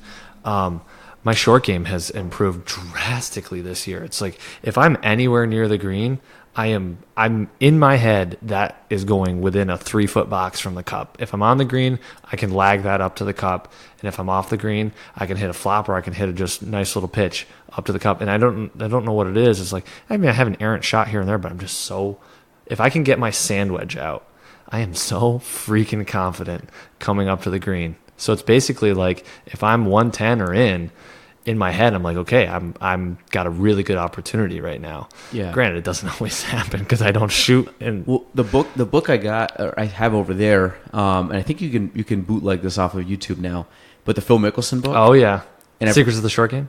Yeah, and I've read through that cover to cover multiple times. That book's over 10 years old, and I started reading that, and the concept of it was so simple, and it's such an easy concept, and you can basically go to every club in the bag, changing very minimal amounts.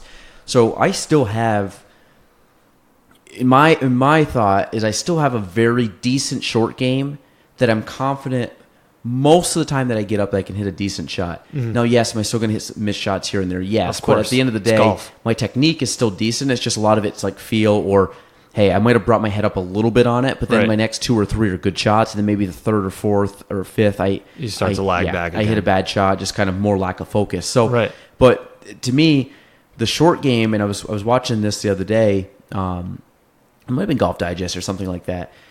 They had like a 3-minute segment on pros. If you go in, they go through their warm up. Mm-hmm. Said one of like Tiger, so he'd hit, and they just showed 7 8-irons. Okay, then he went up to like 7 4-irons or something, and he went through his bag. Then he went back down to some 9-irons, and then he hit a couple other shots, which are probably shots he was going to hit on par 3s. Mm-hmm. I'm just guessing.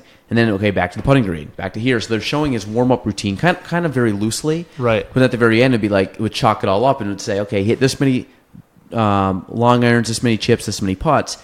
What's his percentage of shots under 100 yards? I think in the video it said that he hit 70% of his warm-up shots were inside 100, meaning putts or chips or wedges, and everything else was long irons. So he hit very minimal long irons, and he spent. Because you think about most golfers, I would say 70% of their shots are inside 100 yards, or close to that. Yeah, because you hit your driver down, you hit your wedge down. You're going to be, for most golfers, unless you just have a missed shot or something, you're pretty much in and around the green, on and around the green in regulation every single time. Mm-hmm. It's you're off the green in 2, So does it take you a missed chip and then a chip back on the green and then a 2-putt? Now you have a 6. Right. Or can you get up and down for your 4? Right. And it's kind of, can you keep it clean? And what happens is as you get better, so I found that as long as you have a short game that's pretty solid, you can break 90. Yeah. If you're fairly consistent on your shots, you're not hitting threes off the tees and mishitting and sculling shots or whatever. And like you hit the ball well enough that if you change your short game up a little bit, you're breaking 90 consistently. Right. Then it comes down, how do you break 80? That's when it comes down to the consistency of the driver. Then it comes down to, can I hit the greens and can I hit fairways and can I hit greens? Yeah. And Which then, I just don't have right now. I mean, my greens in regulation is probably like 15%. I'm the same. My and my irons are awful. fairways in regulation might even be worse. I mean, it's hot, so hot and cold. I have a better shot at hitting the fairway than I do hitting the green. If I hit the fairway, if I can get off the tee box well, I know it's going to be a good round, because honestly, that's probably my biggest struggle right now, is just getting off the tee box and putting myself in a decent situation. So the other day, I was looking at that Northway 8 golf, which I want to do. I really want to go down to the demo day. Just get a cart, because I think we just take like a Saturday morning, go down, like drive down early, get there at like 8, 9 in the morning. That's what in the spring? It's like April. It's like Clifton Park. You literally drive down, leave here at like 7 in the morning, get down there for like 9. It's not even that. It's like an hour and 40 minutes. And you're probably going to spend 3-4 hours there, which is like heaven for us. And we can be back by like 1 or 2. It's awesome. Just hitting balls all day. And what it is, basically, it's a long range. Imagine going to Bluff, but along the line of the range of Bluff, there is Bridgestone, then Callaway, then Nike, then TaylorMade, then Titleist, then... And it's like... It's golfer's paradise. Yes. And you literally just walk down and you'd be like, oh, I'm at the Callaway booth. Oh, what's that? Can I hit that driver? Sure. Here you go. And then you go and you hit, and you got a rep there kind of looking at you and be like, looking at your ball flight. Well, here, why don't you try these irons? Why don't you try these? And then you kind of go through and like, I really like these irons, but I want to go hit the Titleist irons. Okay. You go hit the Titleist ones. Then you kind of can pick... I literally went down... This was 10 years ago. Not 10, 8 years ago. Went down with the idea that I was going to change out my entire bag. Wow. Except my putter. I've had my putter since I was junior high. And Odyssey, right? My Odyssey number 2, and I don't think I'll ever change it. It's just, to me, it's your Tiger Scotty Cameron. Yeah, the only thing that I wish was a little bit shorter, but I've adjusted to it. Like, I wish it was probably 2 inches shorter, which I know I can cut down. Yeah. But I've just... How's the grip on it? Your grip is garbage, isn't it? Not on that one. That grip on that putter, actually, that was the only thing I did. I changed the grip when I went down to a new, like, I think it was like a Win Golf grip or something. Okay. Or Golf Pride, or one of the two. So it has a new putter grip on it. Gotcha. But the actual putter's been the same since like 2003. So I went down basically everything. I'm getting wedges, I'm getting irons, I'm getting driver, everything I could get. And I went down, got it all. Then after they bring you in, they actually fit you to everything. So like, okay, you want the clubs? Like, and I'm like, well, can I get new grips? Like, sure. What grips do you want? Okay, we're gonna give you this shaft, this club head. We're gonna take off. I think I took off a half an inch or an inch off each of my clubs. They drop down the. They can do the face lies, so right, like when you're right. taller or shorter. So everything was redone, and then a couple things like, okay, you're gonna hold it here, and they went through everything, and then you hit on like a sheet that basically shows your shots, and then it shows your shot dispersion, meaning, okay, you could hit this one really good, but on your mishits, you're really bad. You're spraying it, yeah. Yeah, so why don't we get... They ideally want to keep... And you could have a couple bad shots, but they want you to hit like... I think I ended up probably hitting like 20 shots, and they kind of look... Per club? For a few clubs. They were kind of... I think when I went, I could be... You obviously don't need to hit like 7, 8, and 9. No, it was like hit your 8 iron, hit your 5 iron, hit your driver, or something. Right. Whatever it was. Maybe it was one more club than that, but you gapped it out enough where... They could get an idea of, okay, here's your mid irons, okay, here's your long irons, here's your drivers, okay, maybe wedges were on there. Right. And they kind of looked at everything and said, okay, this is where you are. You're going to get this shaft on your driver. You're going to get this on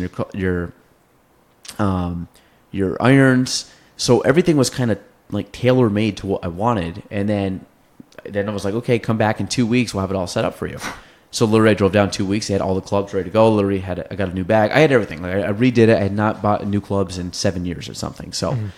And I'm kind of getting to the point now where I don't necessarily need to go get completely new clubs because I think my irons are still good. I love my irons. I would like to get a new driver, a new 3-wood, and I definitely need new wedges just because the face on those things, the amount of times I've hit a golf ball with those are more than any other club probably combined. Absolutely. So for me, I just need to go. But I was looking the other day, like a good wedge is like 150, 160 bucks. Yeah. Like back in the day, it was you're like $450 for a new set of wedges. which blows my mind. It was that much. It used to be like $89. Yeah, and the drivers are like 400 to 500. Easy. And I was like, of course, back then, like part of me wants to just go get the old TaylorMade RX 580X or 580 XD. I got my burner still. That Yeah. thing's like 12 years old. Well, my thing going down, I'm pretty much going down, looking at the TaylorMade driver and hitting it to the point where I make sure that that's the one I buy, because I ended up, for the first time in my life, went away from a TaylorMade driver, and I've never liked... What are you hitting? Callaway? That Cleveland. It's a Cleveland driver? Yeah, and I've never... Like, I bought it. What made you buy Cleveland? To be honest, I don't know. I must have had like a lapse in judgment or something, because my bag, I bought Mizuno wedges and Mizuno irons.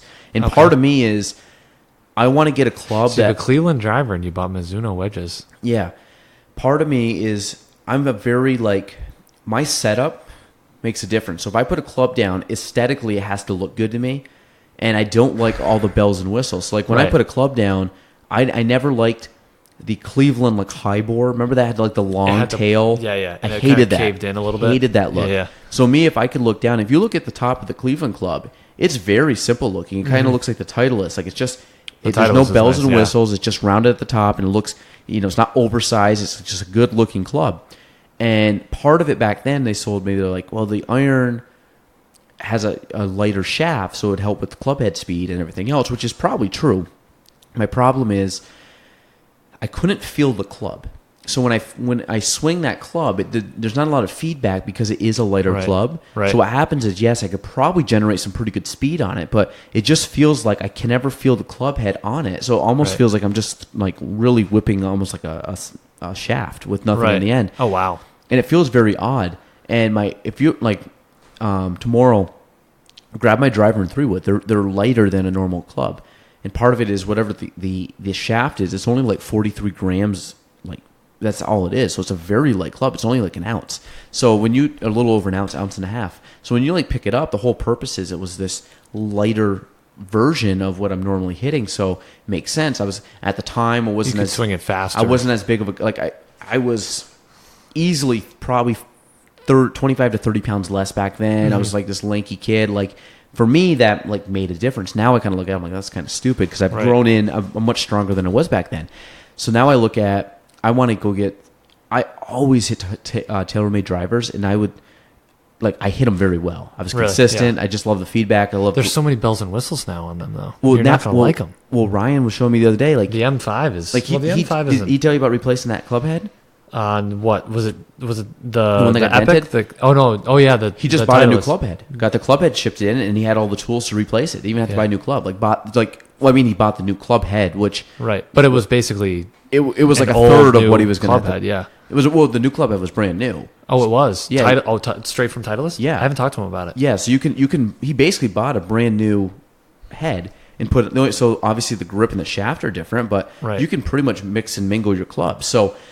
Like the TaylorMade looks nice too. Like I like the look of that, so maybe that would work. But to me, I literally go down to these things and I look at what aesthetically looks nice. Because if it looks crappy, like that's why I've never been a Callaway fan, because I never like the look of their irons. And I'm sure they're good clubs. Ping, same way. I don't like the look of their irons. I don't know what it is about pings and they have kind of a weird like connection to the shaft. And because I play with a set of Callaways, and I'm kind of in that school of thought where unless I'm on the cusp of breaking 80, it's not the clubs. It's me. Yeah. And I need to fix if you know what, if I'm playing with a bad set of clubs, if they truly are a bad set of clubs, then guess what? When I do finally go and upgrade them, then I'll shoot better. You know what I mean? Yeah. I know clubs can get so custom fit now though that they can make a difference. Helps. The fitting, I guarantee you, helps. So that's one thing that I'm curious about, because I think I'm playing with an old bag. I mean, by all intents and purposes, it's basically a 12-year-old bag. Everything in the bag is basically 12 years old, and by this day's standards, those are old clubs. But I mean, there's some stuff. There's some hosels that they're not loose, but like the little piece that keeps them in is shaking around a little bit.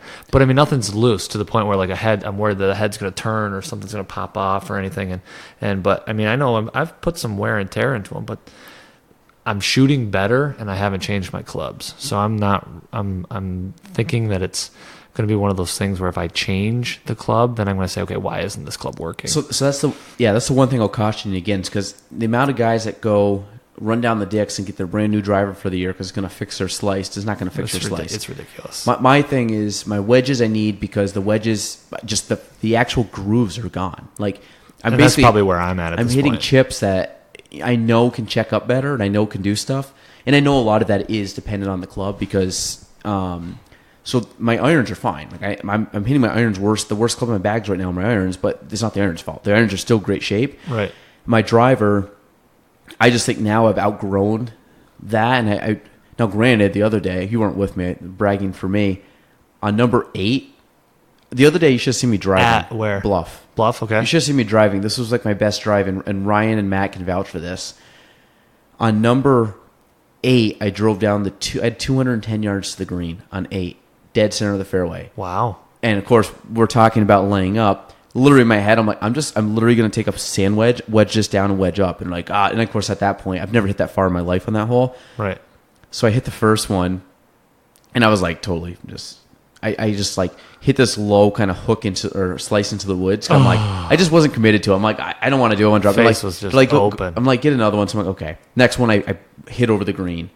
I was off on the left, but I ended up my third shot. Basically, I did take a mulligan on that one just because it was against my better judgment. But we ended up I chipped on and I just missed the birdie putt, so I tapped in for par. But I'm not going to go on it here because I hate when people rattle off all their golf shots. You know what I mean? Like, well, on this hole, I hit here. I'm a chronic person doing that when I recap stuff. But yeah, I don't need to give the whole recap. But let's just say out of 14 holes I played, 3 were par 3. So out of 10 holes, I hit 7 fairways. And a lot of them, in the words of Phil Mickelson, were bombs. So, so for me, they were bombs. So I was excited. Yeah, but I'm not a long hitter either, and I've noticed that, like, for me, what gets me off the tee box is just consistent. I wouldn't call it slow, but just not trying to muscle the ball off the tee box down the fairway. It's just that nice, smooth swing with things just go well. I won't tell you this because I'm going to let you watch it on your own. The Tiger's next video on driving, the first 2 minutes is going to answer your question.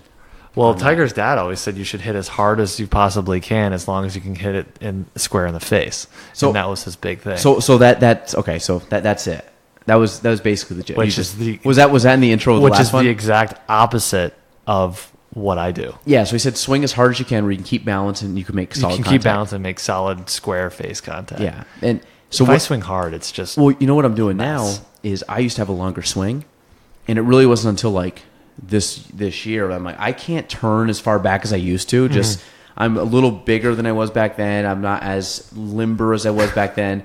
So now I'm like, I'm just gonna turn until I can't anymore, which is only like a third of what I used to be able to. I used to be able to turn like you would normally see a normal golfer do. Like I have my back pretty much facing the target and then just turn down into it. Of course, I was 16, 17, 18. Like, I look at 16, 17, 18-year-olds now, and I'm like, you guys are Gumbies compared to what I feel like now, even though it's 10 years. Right. So to me, I just turned just to where I literally can't move anymore, knowing my club's still on plane, and then I just turn down into the club. Right. And I've been my contact has been through the roof.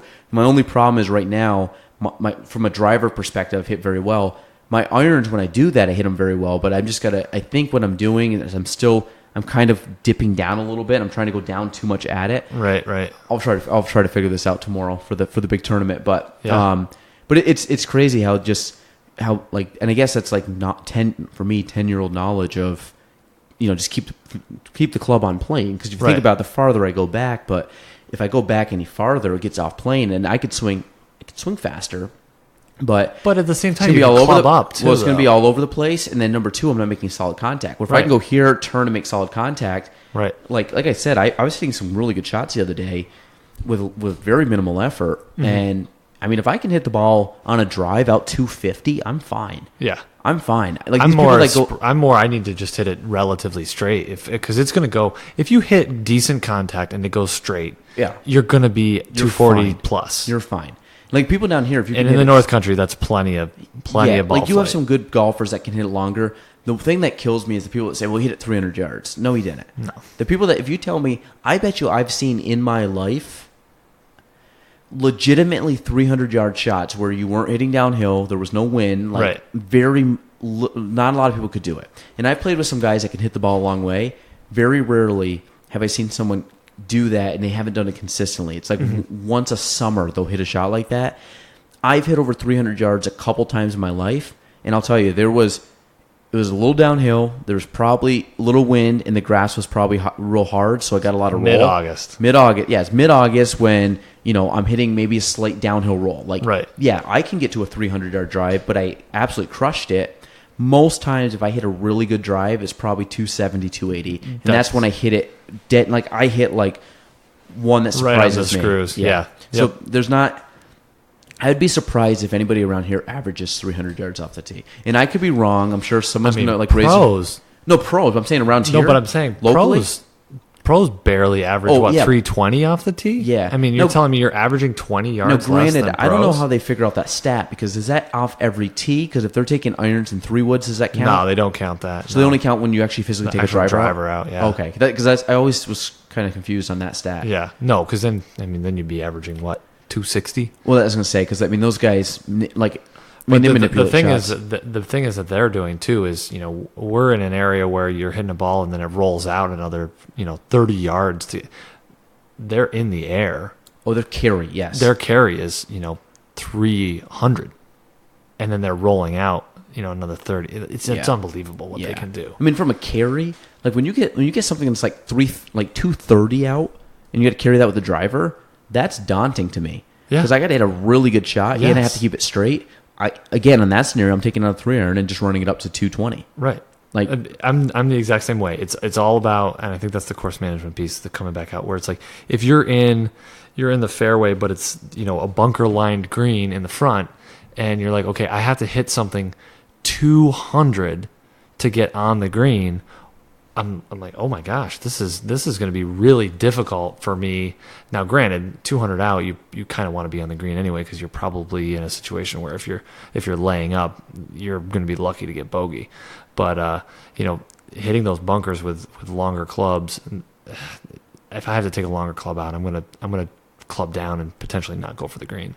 Yeah, well, you had to think too. If you hit a 3-iron out, even on a 400-yard shot, and you're 180 yards out, or you hit a driver and you're 130 or 40 yards out, there is a difference there for sure. Mm-hmm. But at the end of the day, if I know, hey, maybe I'm hitting my irons well, hit a 3-iron, then take out a 4 or 6 or a 5-iron, and then run it up to the green, you're going to be, again, in and around the green. If you can get up and down, you got a par, and you completely took any trouble out of play with the driver.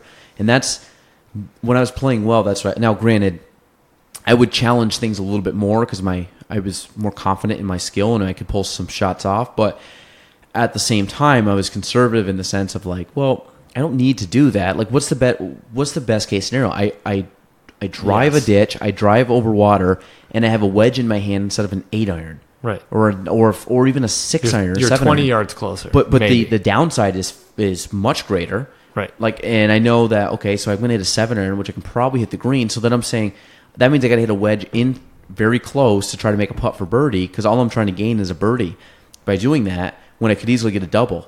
Where if I go down and now I hit a green that would give me a par, or I'd hit an iron into the green, whether I hit the green or not. If I hit the green, I can lag up for 2-putt and made a par. Right. So I'm pretty much probably the same as the wedge, unless I made a good putt on the wedge. Right. So then I'm relying on a good wedge shot and a good putt.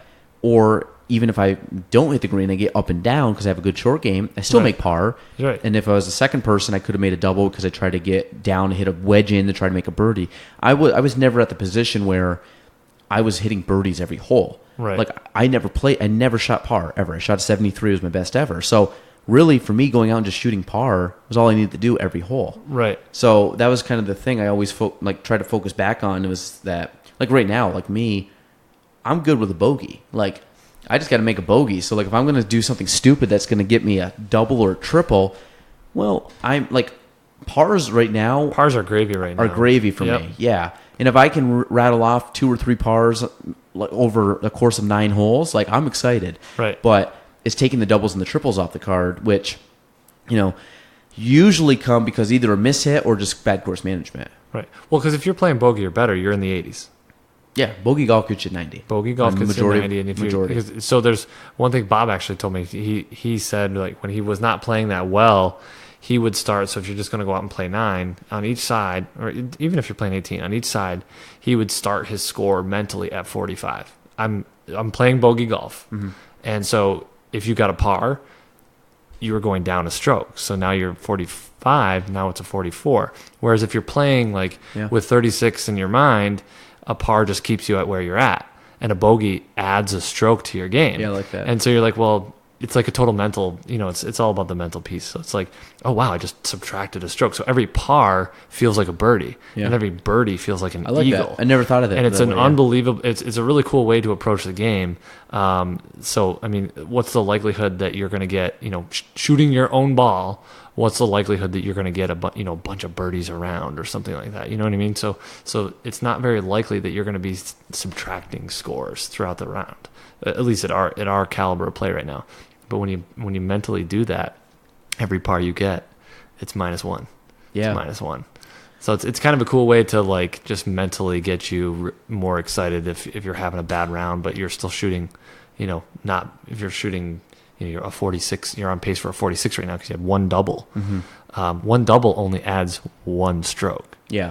Versus it adds 2 strokes. So it's kind of a cool way to approach it that I do every once in a while. I typically, do you play with a scorecard when you go out? Do you like to, or do you? When I was playing a lot, I didn't, because I didn't need, back then I didn't need one because I was basically playing off a par. So I'm different than what you did. I would just be like, okay, I'm 1 over through 4. I'm 2 over through 7. I'm right. I shot a 39. Okay. So I knew how, I didn't. Now I do. Part of it now, I don't even keep score. I just have it in the group just as if we're playing I don't know, usually some guy has it in the scorecard, but to be honest, I could go out and just play and not care about my score, which I really haven't focused too much on my score. I think the time me and you went and we played that was when we were a stroke off of each other. It was one of the only 18 holes. Most of the time, I can't play 18, so I play 9, or I go out and I play 10 and I come back in. So I haven't actually. I think legitimately 18 holes of golf this year I've played 3 times. I think I'm right. If you don't count the tournaments, take that tournaments I've played out. Yeah, I've probably played. Let's see, I played. Yeah, I think three, maybe 4 times. I played year. just as many 10 and 14 holes this year as I have 18. Meaning I'll play 9 and 10 at Bluff, and I'll cut across the road, play 15, 16, 17, 18 because I'm running out of time. Right. Or even last year I used to play 9 at Bluff, and then I'd play 10 and then 18 back up. So I'd play 11. I played 11 holes a lot last year. Yeah. This year I've been at the Barracks a lot. I go in the morning and I just play 9. Yeah. Because I've got. Can you jump back and forth? What do you mean? Do you play front or back? Or I try to play front. The back takes longer. I mean, that the back's a little bit longer anyway. The holes are farther apart. The holes are a little bit farther apart, and the back just takes longer. The back's tougher than the front is easy. Yeah. I mean, in terms of, I've never played North Country, but for all the courses around here, the front at the Barracks is probably the easiest 9. I would agree. In the North Country, and but the back is tough. So I can walk the front in about an hour and 5. But the back takes me, even if I'm playing really good golf, the back takes me an hour 20, just because it's just longer and it's a little bit tougher. And I mean, you're not up and down on every hole. I played, I think it was 2 years ago, first time of the year. Haven't played at all the whole entire year leading up to this. And I played with some high school buddies, and I went out and I shot 37. And it was the first time, I swear to God, it wasn't this show. Where were you? Last year or 2 years ago, it was Barracks. It was a front 9 at the Barracks. So it wasn't the hardest course, but you still got to have some decent shots. And I remember I hit a lot of fairways, hit a lot of greens, and I got up and down. And why didn't you play the other 9? It was late. We literally went out at 4 o'clock. That sucks. That could have been your best round of your life. I played I would have had to par out the back. I shot. Which maybe, but we played a twilight, and then we ended up going to the. You had 1 bogey, or did you birdie? That's what I'm trying to think. Did I have 2 bogeys and a birdie, which I think is more realistic? It's more likely, yeah. Because I think I probably birdied one of the par 5s, and then I ended up bogeying 2, which sounds more realistic for. But I remember shooting 37 because I think I bogeyed the last hole for 37. Okay. Which I would have shot par. And I've only shot. I don't think I've ever broke par. I don't think I've ever shot a 35. I've shot 36 multiple times, but I've never actually shot under par 9, which is kind of a good. I think what's going to happen as I get older, especially if my kid gets into it, is eventually I think I'm just going to turn into. I'll play a lot more golf, right? And I'll just get to the point where, as it depends. Like right now, when the kids get older and they're off hanging out with their friends and things like that, like I can go play golf and don't feel like I'm sacrificing time with them because they're already choosing not to hang out with me at this point. Like they're going like, hey, I'm going to my buddy's house spend the night. Like I'm going to go spend the night at my buddy's house and they're over there. And like, I'm like, okay, well, I'm going to go tee off at 4:00 and play 18 holes before Right. So I see myself getting more into golf probably in about 10 years. As your kids get, yeah. And I'm hoping right now I kind of maintain roughly a bogey golf standard. I'm probably a little worse than that right now, but I don't think I'm far off from being under bogey golf. Yeah. Like I think if I really could play at least once a week or even, 27 holes a week, I think I could get there. Yeah. I play probably twice a week.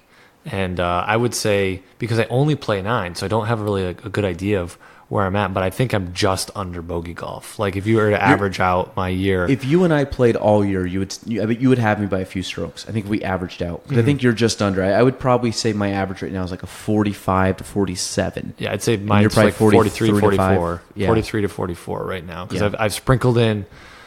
I had that. I've only shot 138 in my life, but it was on a par 35, so it's a 39 basically, and that's it. Like it's 40 or worse. Mm-hmm. But this year, I've only carded one, maybe 2 46s, and everything's been 40 to 45. So I'm playing, I think, better than bogey golf. But on 18, that back 9 can really get to you. Yeah. It depends. If you ever play Westport. No. Front 9 there at Westport I love the front 9. It was like a nice setup. I think they still have it open. I think someone just bought it last year. I was reading that some people went last year and they said that the people that bought it they said that the people that bought it are charging a fortune for it now or something really? like that. But I know it was running the risk of being shut down. Yeah, I think. well, So, it closed for a season or two. yeah, so they should be happy that someone at least bought it and kept it open. Well, we used to go play there at least once a year, and they used to have supposed to be a sectionals nice there. course, It was right? very nice, and the front 9 was. I love the front 9. It's night and day. As soon as you get on the back 9, things just get harder, and Really? it's just a tighter Is it course. just tighter? I don't know if it's longer. It's tighter. It's just a lot. I always found the front 9 to be fairly easy, and there was a couple holes on there, like a couple of the par 5s. They weren't. I wouldn't say they're reachable in 2, but you could run them up to like 50 yards and chip on. And if you're 50 yards, 60 yards, 70 yards out on a par 5, in essence, it's a very short par 3. Yeah. And you should be easily walking off of pars. And there's a few par 4s on the course that were under 400 that you could kind of hit, like the wood driver irons. You had options, and then you could still get on. And but the back 9 always chewed me up. They have one hole I wasn't a fan of at all. It was par 3. I think it was like number 16 or 17, and you pretty much had to hit the green because it was up. And if you missed the green, it kicked down and it just sloped straight down. So the green, I'm not exaggerating when I say the green was probably 15 feet in the air from the ground. And it is not really like a quirky course. So it's kind of an out of place hole. But there was really no place that you could hit it. Like if you were short of the green, you were short and chipping up like 15, 20 feet. Like you couldn't see the green from where you were chipping. And if you like ran off the green, you would roll right into the woods. So it's pretty much you had to hit the green, or if not, anything on the side was like long fescue. It was just a very It was a very poor. Now, granted, that's why I kind of want to like go play it again and see if it was that bad. What I remember, I just remember it was a very quirky hole where if you missed the fairway, or if you missed the green, you were in trouble. A lot of trouble. Like there was no. It wasn't like there was 10 or 20 feet on each side where if you missed, you could chip up. And it was like a second up. cut collection No, areas. like, it was straight fescue. Yeah, and it was just like you had the collar, you had and then you had like a slight. I mean, no more than probably less than the width of this table. And this table, I think, is like 3 feet wide or something, less than that. And it was just like then it dipped off. Wow. So you had to be very precise, but there was a few like really odd things on the back 9. But overall, I liked the course. It was kind of fun to play something different. But that was one. I'm glad they have it up and running, but I want to take you up to North Country at some point because Yeah, I got to do that. Because that's literally where I grew up playing. Like I know that course like the back of my hand. The Malone's a very good course. One thing I haven't done, which I'd like to do this year if we can, is I talked to Matt about doing it. Is go up like basically I'll just bag a Friday, go up early morning on a Friday up to some place in Lake Placid, play one of the courses, and just have some lunch and some drinks and come home. Because I've never played any Lake Placid course. I played for the first time this year. I played the mountain course for the United Way tournament, and we should get in that next year. That's a fun tournament. It's a long tournament because they've got a lot of stuff going on. It's huge fundraisers, so they got a lot of fundraising going on. So it's they do a good job. But so I played up in there, and the mountain course was a lot of fun. It's an interesting course. It's hard because I only played it once, so it's hard to like remember the layout for holes because I forget what hole we started. We started on like hole 17 or something. I really can't remember what hole we started on. But it was a really fun course, and there's a lot of like unique undulations in there, but it's still you know how some of these courses, when they put a little money into them, they almost design them so that they're harder in terms of just for harder's sake. It's not like they just make it an impossible course. It doesn't enhance the user experience. It doesn't enhance the course at all. They just make it harder to score. And they didn't do that with this. And this was just the mountain course side, but they didn't make it harder because obviously they've got a little bit of money for that course. They just made it, you just have to just hit spots, right? But it's still like you can miss on certain holes, and it's still a really good time. It's a really good layout. I would totally play that course again. I mean, I knew some people that played in it. I hear Craig. I haven't played Craigwood, but I hear Craigwood's a great course. The greens are like laser fast. 2-time master champion, Craigwood. Craigwood. No, it really is. Yeah, real guy. But so that's supposed to be a really fun course. So you're talking about undulations and everything. Are you talking about like holes that drop off? Apparently, like I said, I've never played it. Apparently, a lot of their greens, there's huge collection areas, and like their greens are so fast that Bob was telling me a story back in like the 90s. He was playing there, and he said he hit probably the nicest approach shot he's ever hit in his life. And he's like, I totally just stuck that. It was like a 6-iron from like 195 or something. And he's like, definitely. So he got up there. It had completely run off the backside of the green. It was down like 9 feet into a collection area, and I think he ended up chipping and like 3-putting for like double bogey. And meanwhile, he thought he was on the green in regulation. And but apparently, it's a pretty fun track, but like a really cool course. So that'd be a good one too. I don't think that one's that expensive either. No, I'd play in it. It'd be fun just to go down. Like I like the golf tournaments. If I'm playing in a golf tournament, I either want them to start at noon, or like we played in the Chamber one this year, and it started at like 10 or 11 in the afternoon. Like, so you kind of had the morning, but then the rest of the day you could punt it, because I don't really like going to those tournaments and then working the next half of the day, because I'm already in the mode where I just kind of like you're done. It's like a personal day, just kind of hang out and have fun. So like tomorrow, I was kind of planning that, which would be fun, but. Obviously, I'm hoping the weather holds off. Fingers crossed. We're still playing. We're still playing. We're still playing. Well, bring your rain gloves. I got rain gloves. I got a rain jacket. I got the hood. I don't have a rain jacket. I need to get some gear. I've never actually played in the rain. Like maybe when I was a kid, but I mean, you have crap clubs. You're 11 years old. Yeah. You don't rain. What is rain when you're 11 years old? It doesn't affect you in the least. So I mean, I don't really have like that rain coat. So I'm gonna be like extra.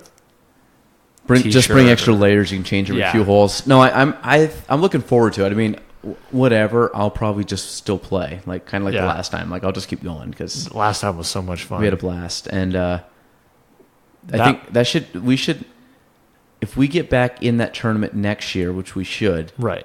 Is that just becomes the regular thing? We're teeing off at 8 a.m. Okay, we're doing the double. Yeah. We're doing the double the full day, because I had more fun the second round than the first. Oh, it was only 9 holes. And it was great. And it was like cutthroat. Like the only thing is I would want it a little. And of course, well, just so you all know, Gaelan and I won. Obviously, we were teammates, and so that was nice to win. I mean, we won't go into how everyone's time was on the course, but I just remember seeing some people shanking the ball and some people.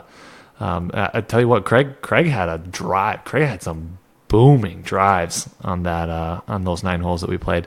I love that the intention was for an 8-some to play 18 holes. And what were we basically giving ourselves? About 4 hours for an 8-some to play 18 holes. we barely made it around 9 holes. And what would we take? We didn't take that. We didn't take as long. We didn't take the full time, but we were there. It was close to 3. Probably 3 hours for 9 holes. And it was just one of those deals that we just ended up.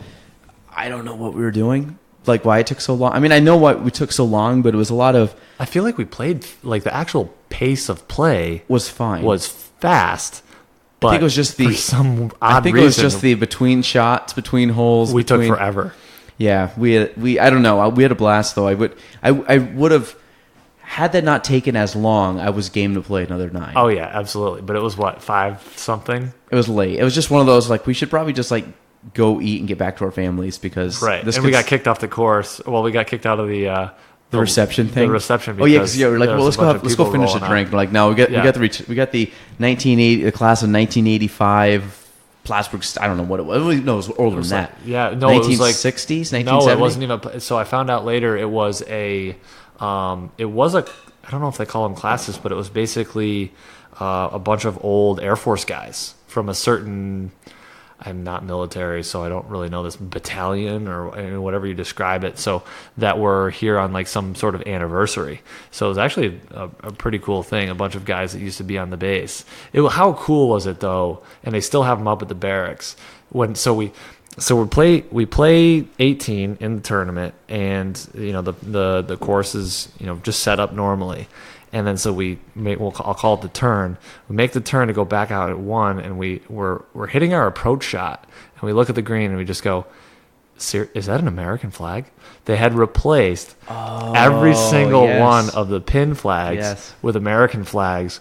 I have not felt that patriotic in so long. It was so awesome. Was it called the Blue Angels? I was waiting for the Blue Angels overhead. Just go flying over. A bald eagle to land on Gaelan's shoulder. It was a mid putt. Yeah, we were eating apple pie. It was fantastic. It was it was great. That was. They should just leave those in permanently. They are. They're still up. Oh, are they? Yeah. Oh, so tomorrow then. Yeah. So well, I don't know if they'll take them down because they. I think this is the first tournament since, and I tell you what, the one thing that sucks is, and I don't use a rangefinder. The one thing that sucks is you have no idea where the pin is relative to the green. It could be in the front, it could be in the back, it could be in the middle, and you have no clue. So this is Matt Gregg's text to me. Bring cigars tomorrow, and then I go 2 each. He goes at least.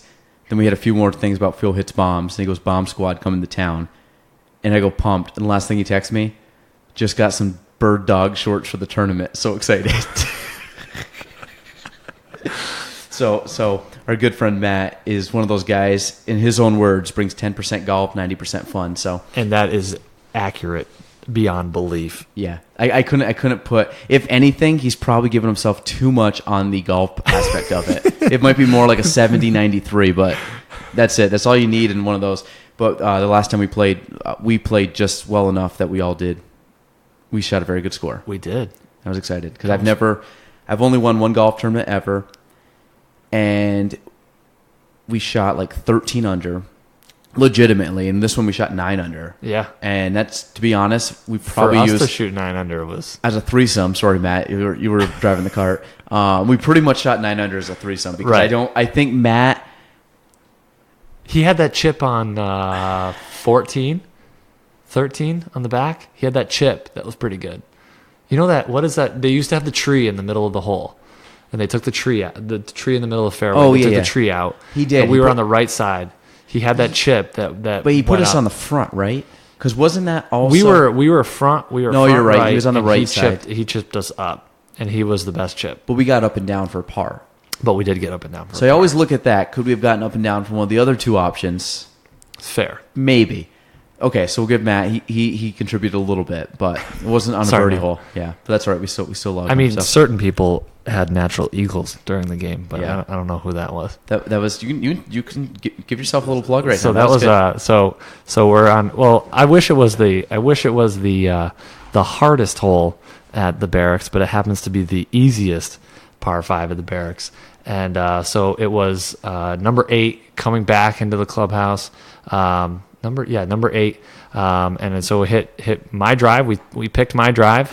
I actually hit a pretty decent bomb. I got us past the 200, and I think to the point where I'm pretty sure I had a 7-iron in my hand. So we must have been about 180 out, and hit that up and onto the green. And I think Matt had pulled one left of the green. So Gaelan and Matt were driving over to that, and Ryan and I were walking up on the green. We probably had a good 15 feet left downhill back to the pin, and I just said, "Guys, you mind if I whack at this?" And they're like, "Sure." I was like, "Because this might be my only opportunity ever at an eagle." And of course, being an idiot, and normally I'm superstitious, I was like, I probably shouldn't say this out loud, but I could potentially get a natural eagle, and I freaking lasered a putt right into the cup, and it had a little bend to it. So I was, I basically said I was going to throw in the towel after that hole, because that's about the extent of my golfing ability. The iron shot you hit on that hole was probably one of the prettiest shots. Well, I think of the day for sure. Yeah. I mean, the putt, I don't know what was better. The putt was obviously, because the putt's got to be very precise, but the iron shot, fairly good distance away, long iron out of the rough to 20 feet. Yeah. Roughly 15, 20 feet. We'll call it 20. It would make my putt sound better. I think it was 20, because you'd be surprised how short 15 feet is when you actually count it out. That's true. So I bet you it was close to around 20, because you had a decent... It was some distance. It was middle. It was at least the length of this room away. Yeah, probably. So I think you were a solid 15, 20 feet, and no doubt that was missing. Like, that was online the whole time. And as soon as you hit it, I'm like, that's in. We had a couple putts that day that I was like, as soon as we hit it, I'm like, that's going in. And we had a couple lip out, but for us to shoot 9 under, because there was one point in time where we cooled off a little bit. Mm-hmm. Oh, yeah, we had like 4 or 5 holes. We were at 4 under just for a while. Par. And then we just rattled them off towards the end. And we had a lot of, like, later in the round, we had a lot of good, we kind of, the claws started coming in clutch. When we were 4 claws deep apiece, that's when we really started to, and those were true scores, folks. Those were real. That was gross. That was the gross total. That was gross total. All right. Well, we're going to wrap up there. A lot of golf. Actually, remember when we got in, I said we're going to talk an hour on golf. We talked an hour and 24 minutes on golf from the moment we said Tiger, which is fine. We really got to, we really should. Do you listen to podcasts? Of course. Do you listen to Rogan's podcast? That's the one, everybody keeps talking about. It's the one I don't listen to. Okay, so he's obviously like the podcast god. So he ends up doing this, but they have basically a fight companion. So he has 2 things. He has an MMA.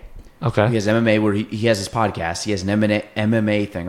It's all under the same channel. Sure. Which is kind of like me and Ellie doing Realty Talk, where he has guys come on, and all he does is talk about MMA. Mm-hmm. Or they watch the fight with him. So Fight Companion is when he brings on Eddie Bravo, Brendan Schaub, and Brian Callen. 2 comics, and one of the comics was an UFC fighter. Mm-hmm. MMA, UFC. And then the other guy owns 12th Planet Jiu-Jitsu, and is a trainer, who's Eddie Bravo.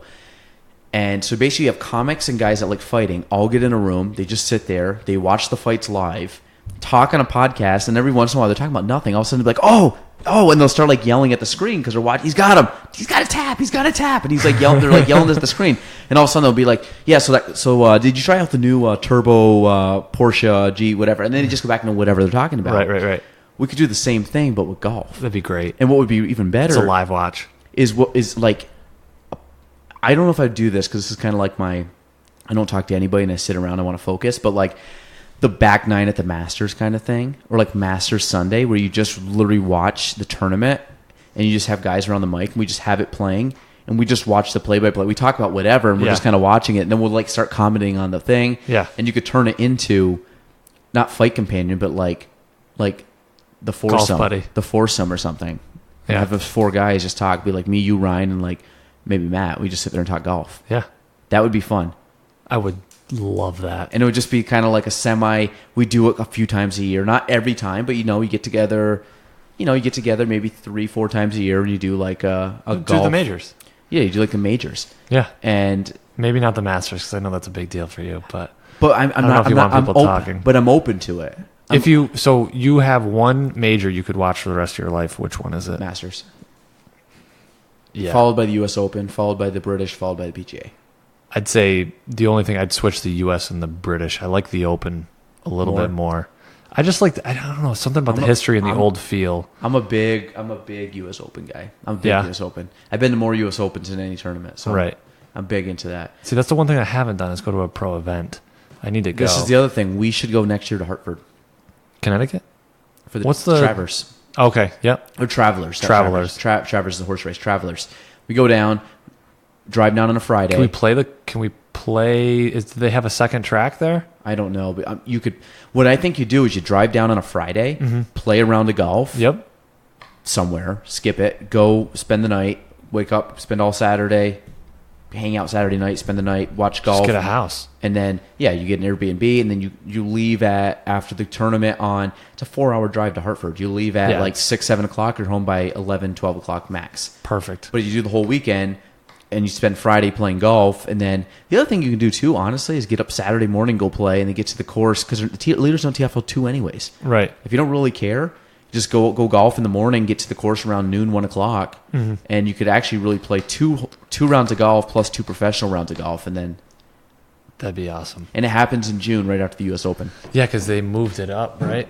Oh no, they moved the PGA. We were talking about this. I was That's reading right. off the leaderboard on that. It's a very good leaderboard. Yeah, that's right. The leaderboard is really good. So, last thing, golf. Tiger's out. Phil's out. Who's your guy? Rory. Same. How much do you like Patrick Reed? On that note, followed short, right behind Rory, I would probably say is Ricky Fowler. I need Jordan Spieth to do something. Spieth. I need him to do something because I want to love him. I love after. I mean, it probably goes Rory and then JT and probably Gary Woodland now. That article, man, you got to read it. Top 3. What a good guy. I might put him in. Part of me just likes Brooks, so he plays fast. So, all right. So we're gonna end there. Anybody who wants to reach out, find you, how can they do it? They can. Any plugs you want to give? You know what? Just reach out. I'll leave it secretive. We've already kind of talked in the beginning about what we do. You can give us a call, or you can literally just Google us, Donlan and Barkham Wealth Advisors. I love my firm, and I think we do a really great job for our clients, and we take a really nice one-on-one approach and really help people get through every facet of their financial life. And if you call me and I have a little bit of time, we can talk some golf for an hour and a half. All right, so that is Jared Burns, episode 46 of the Gaelan Trombley Show. We're out. Thanks for listening to the Gaelan Trombley Show. If you want to reach me, you can go on Facebook at Gaelan Trombley, on Instagram at Gaelan Trombley, and on YouTube at Gaelan Trombley. The spelling, GaelanTrombley.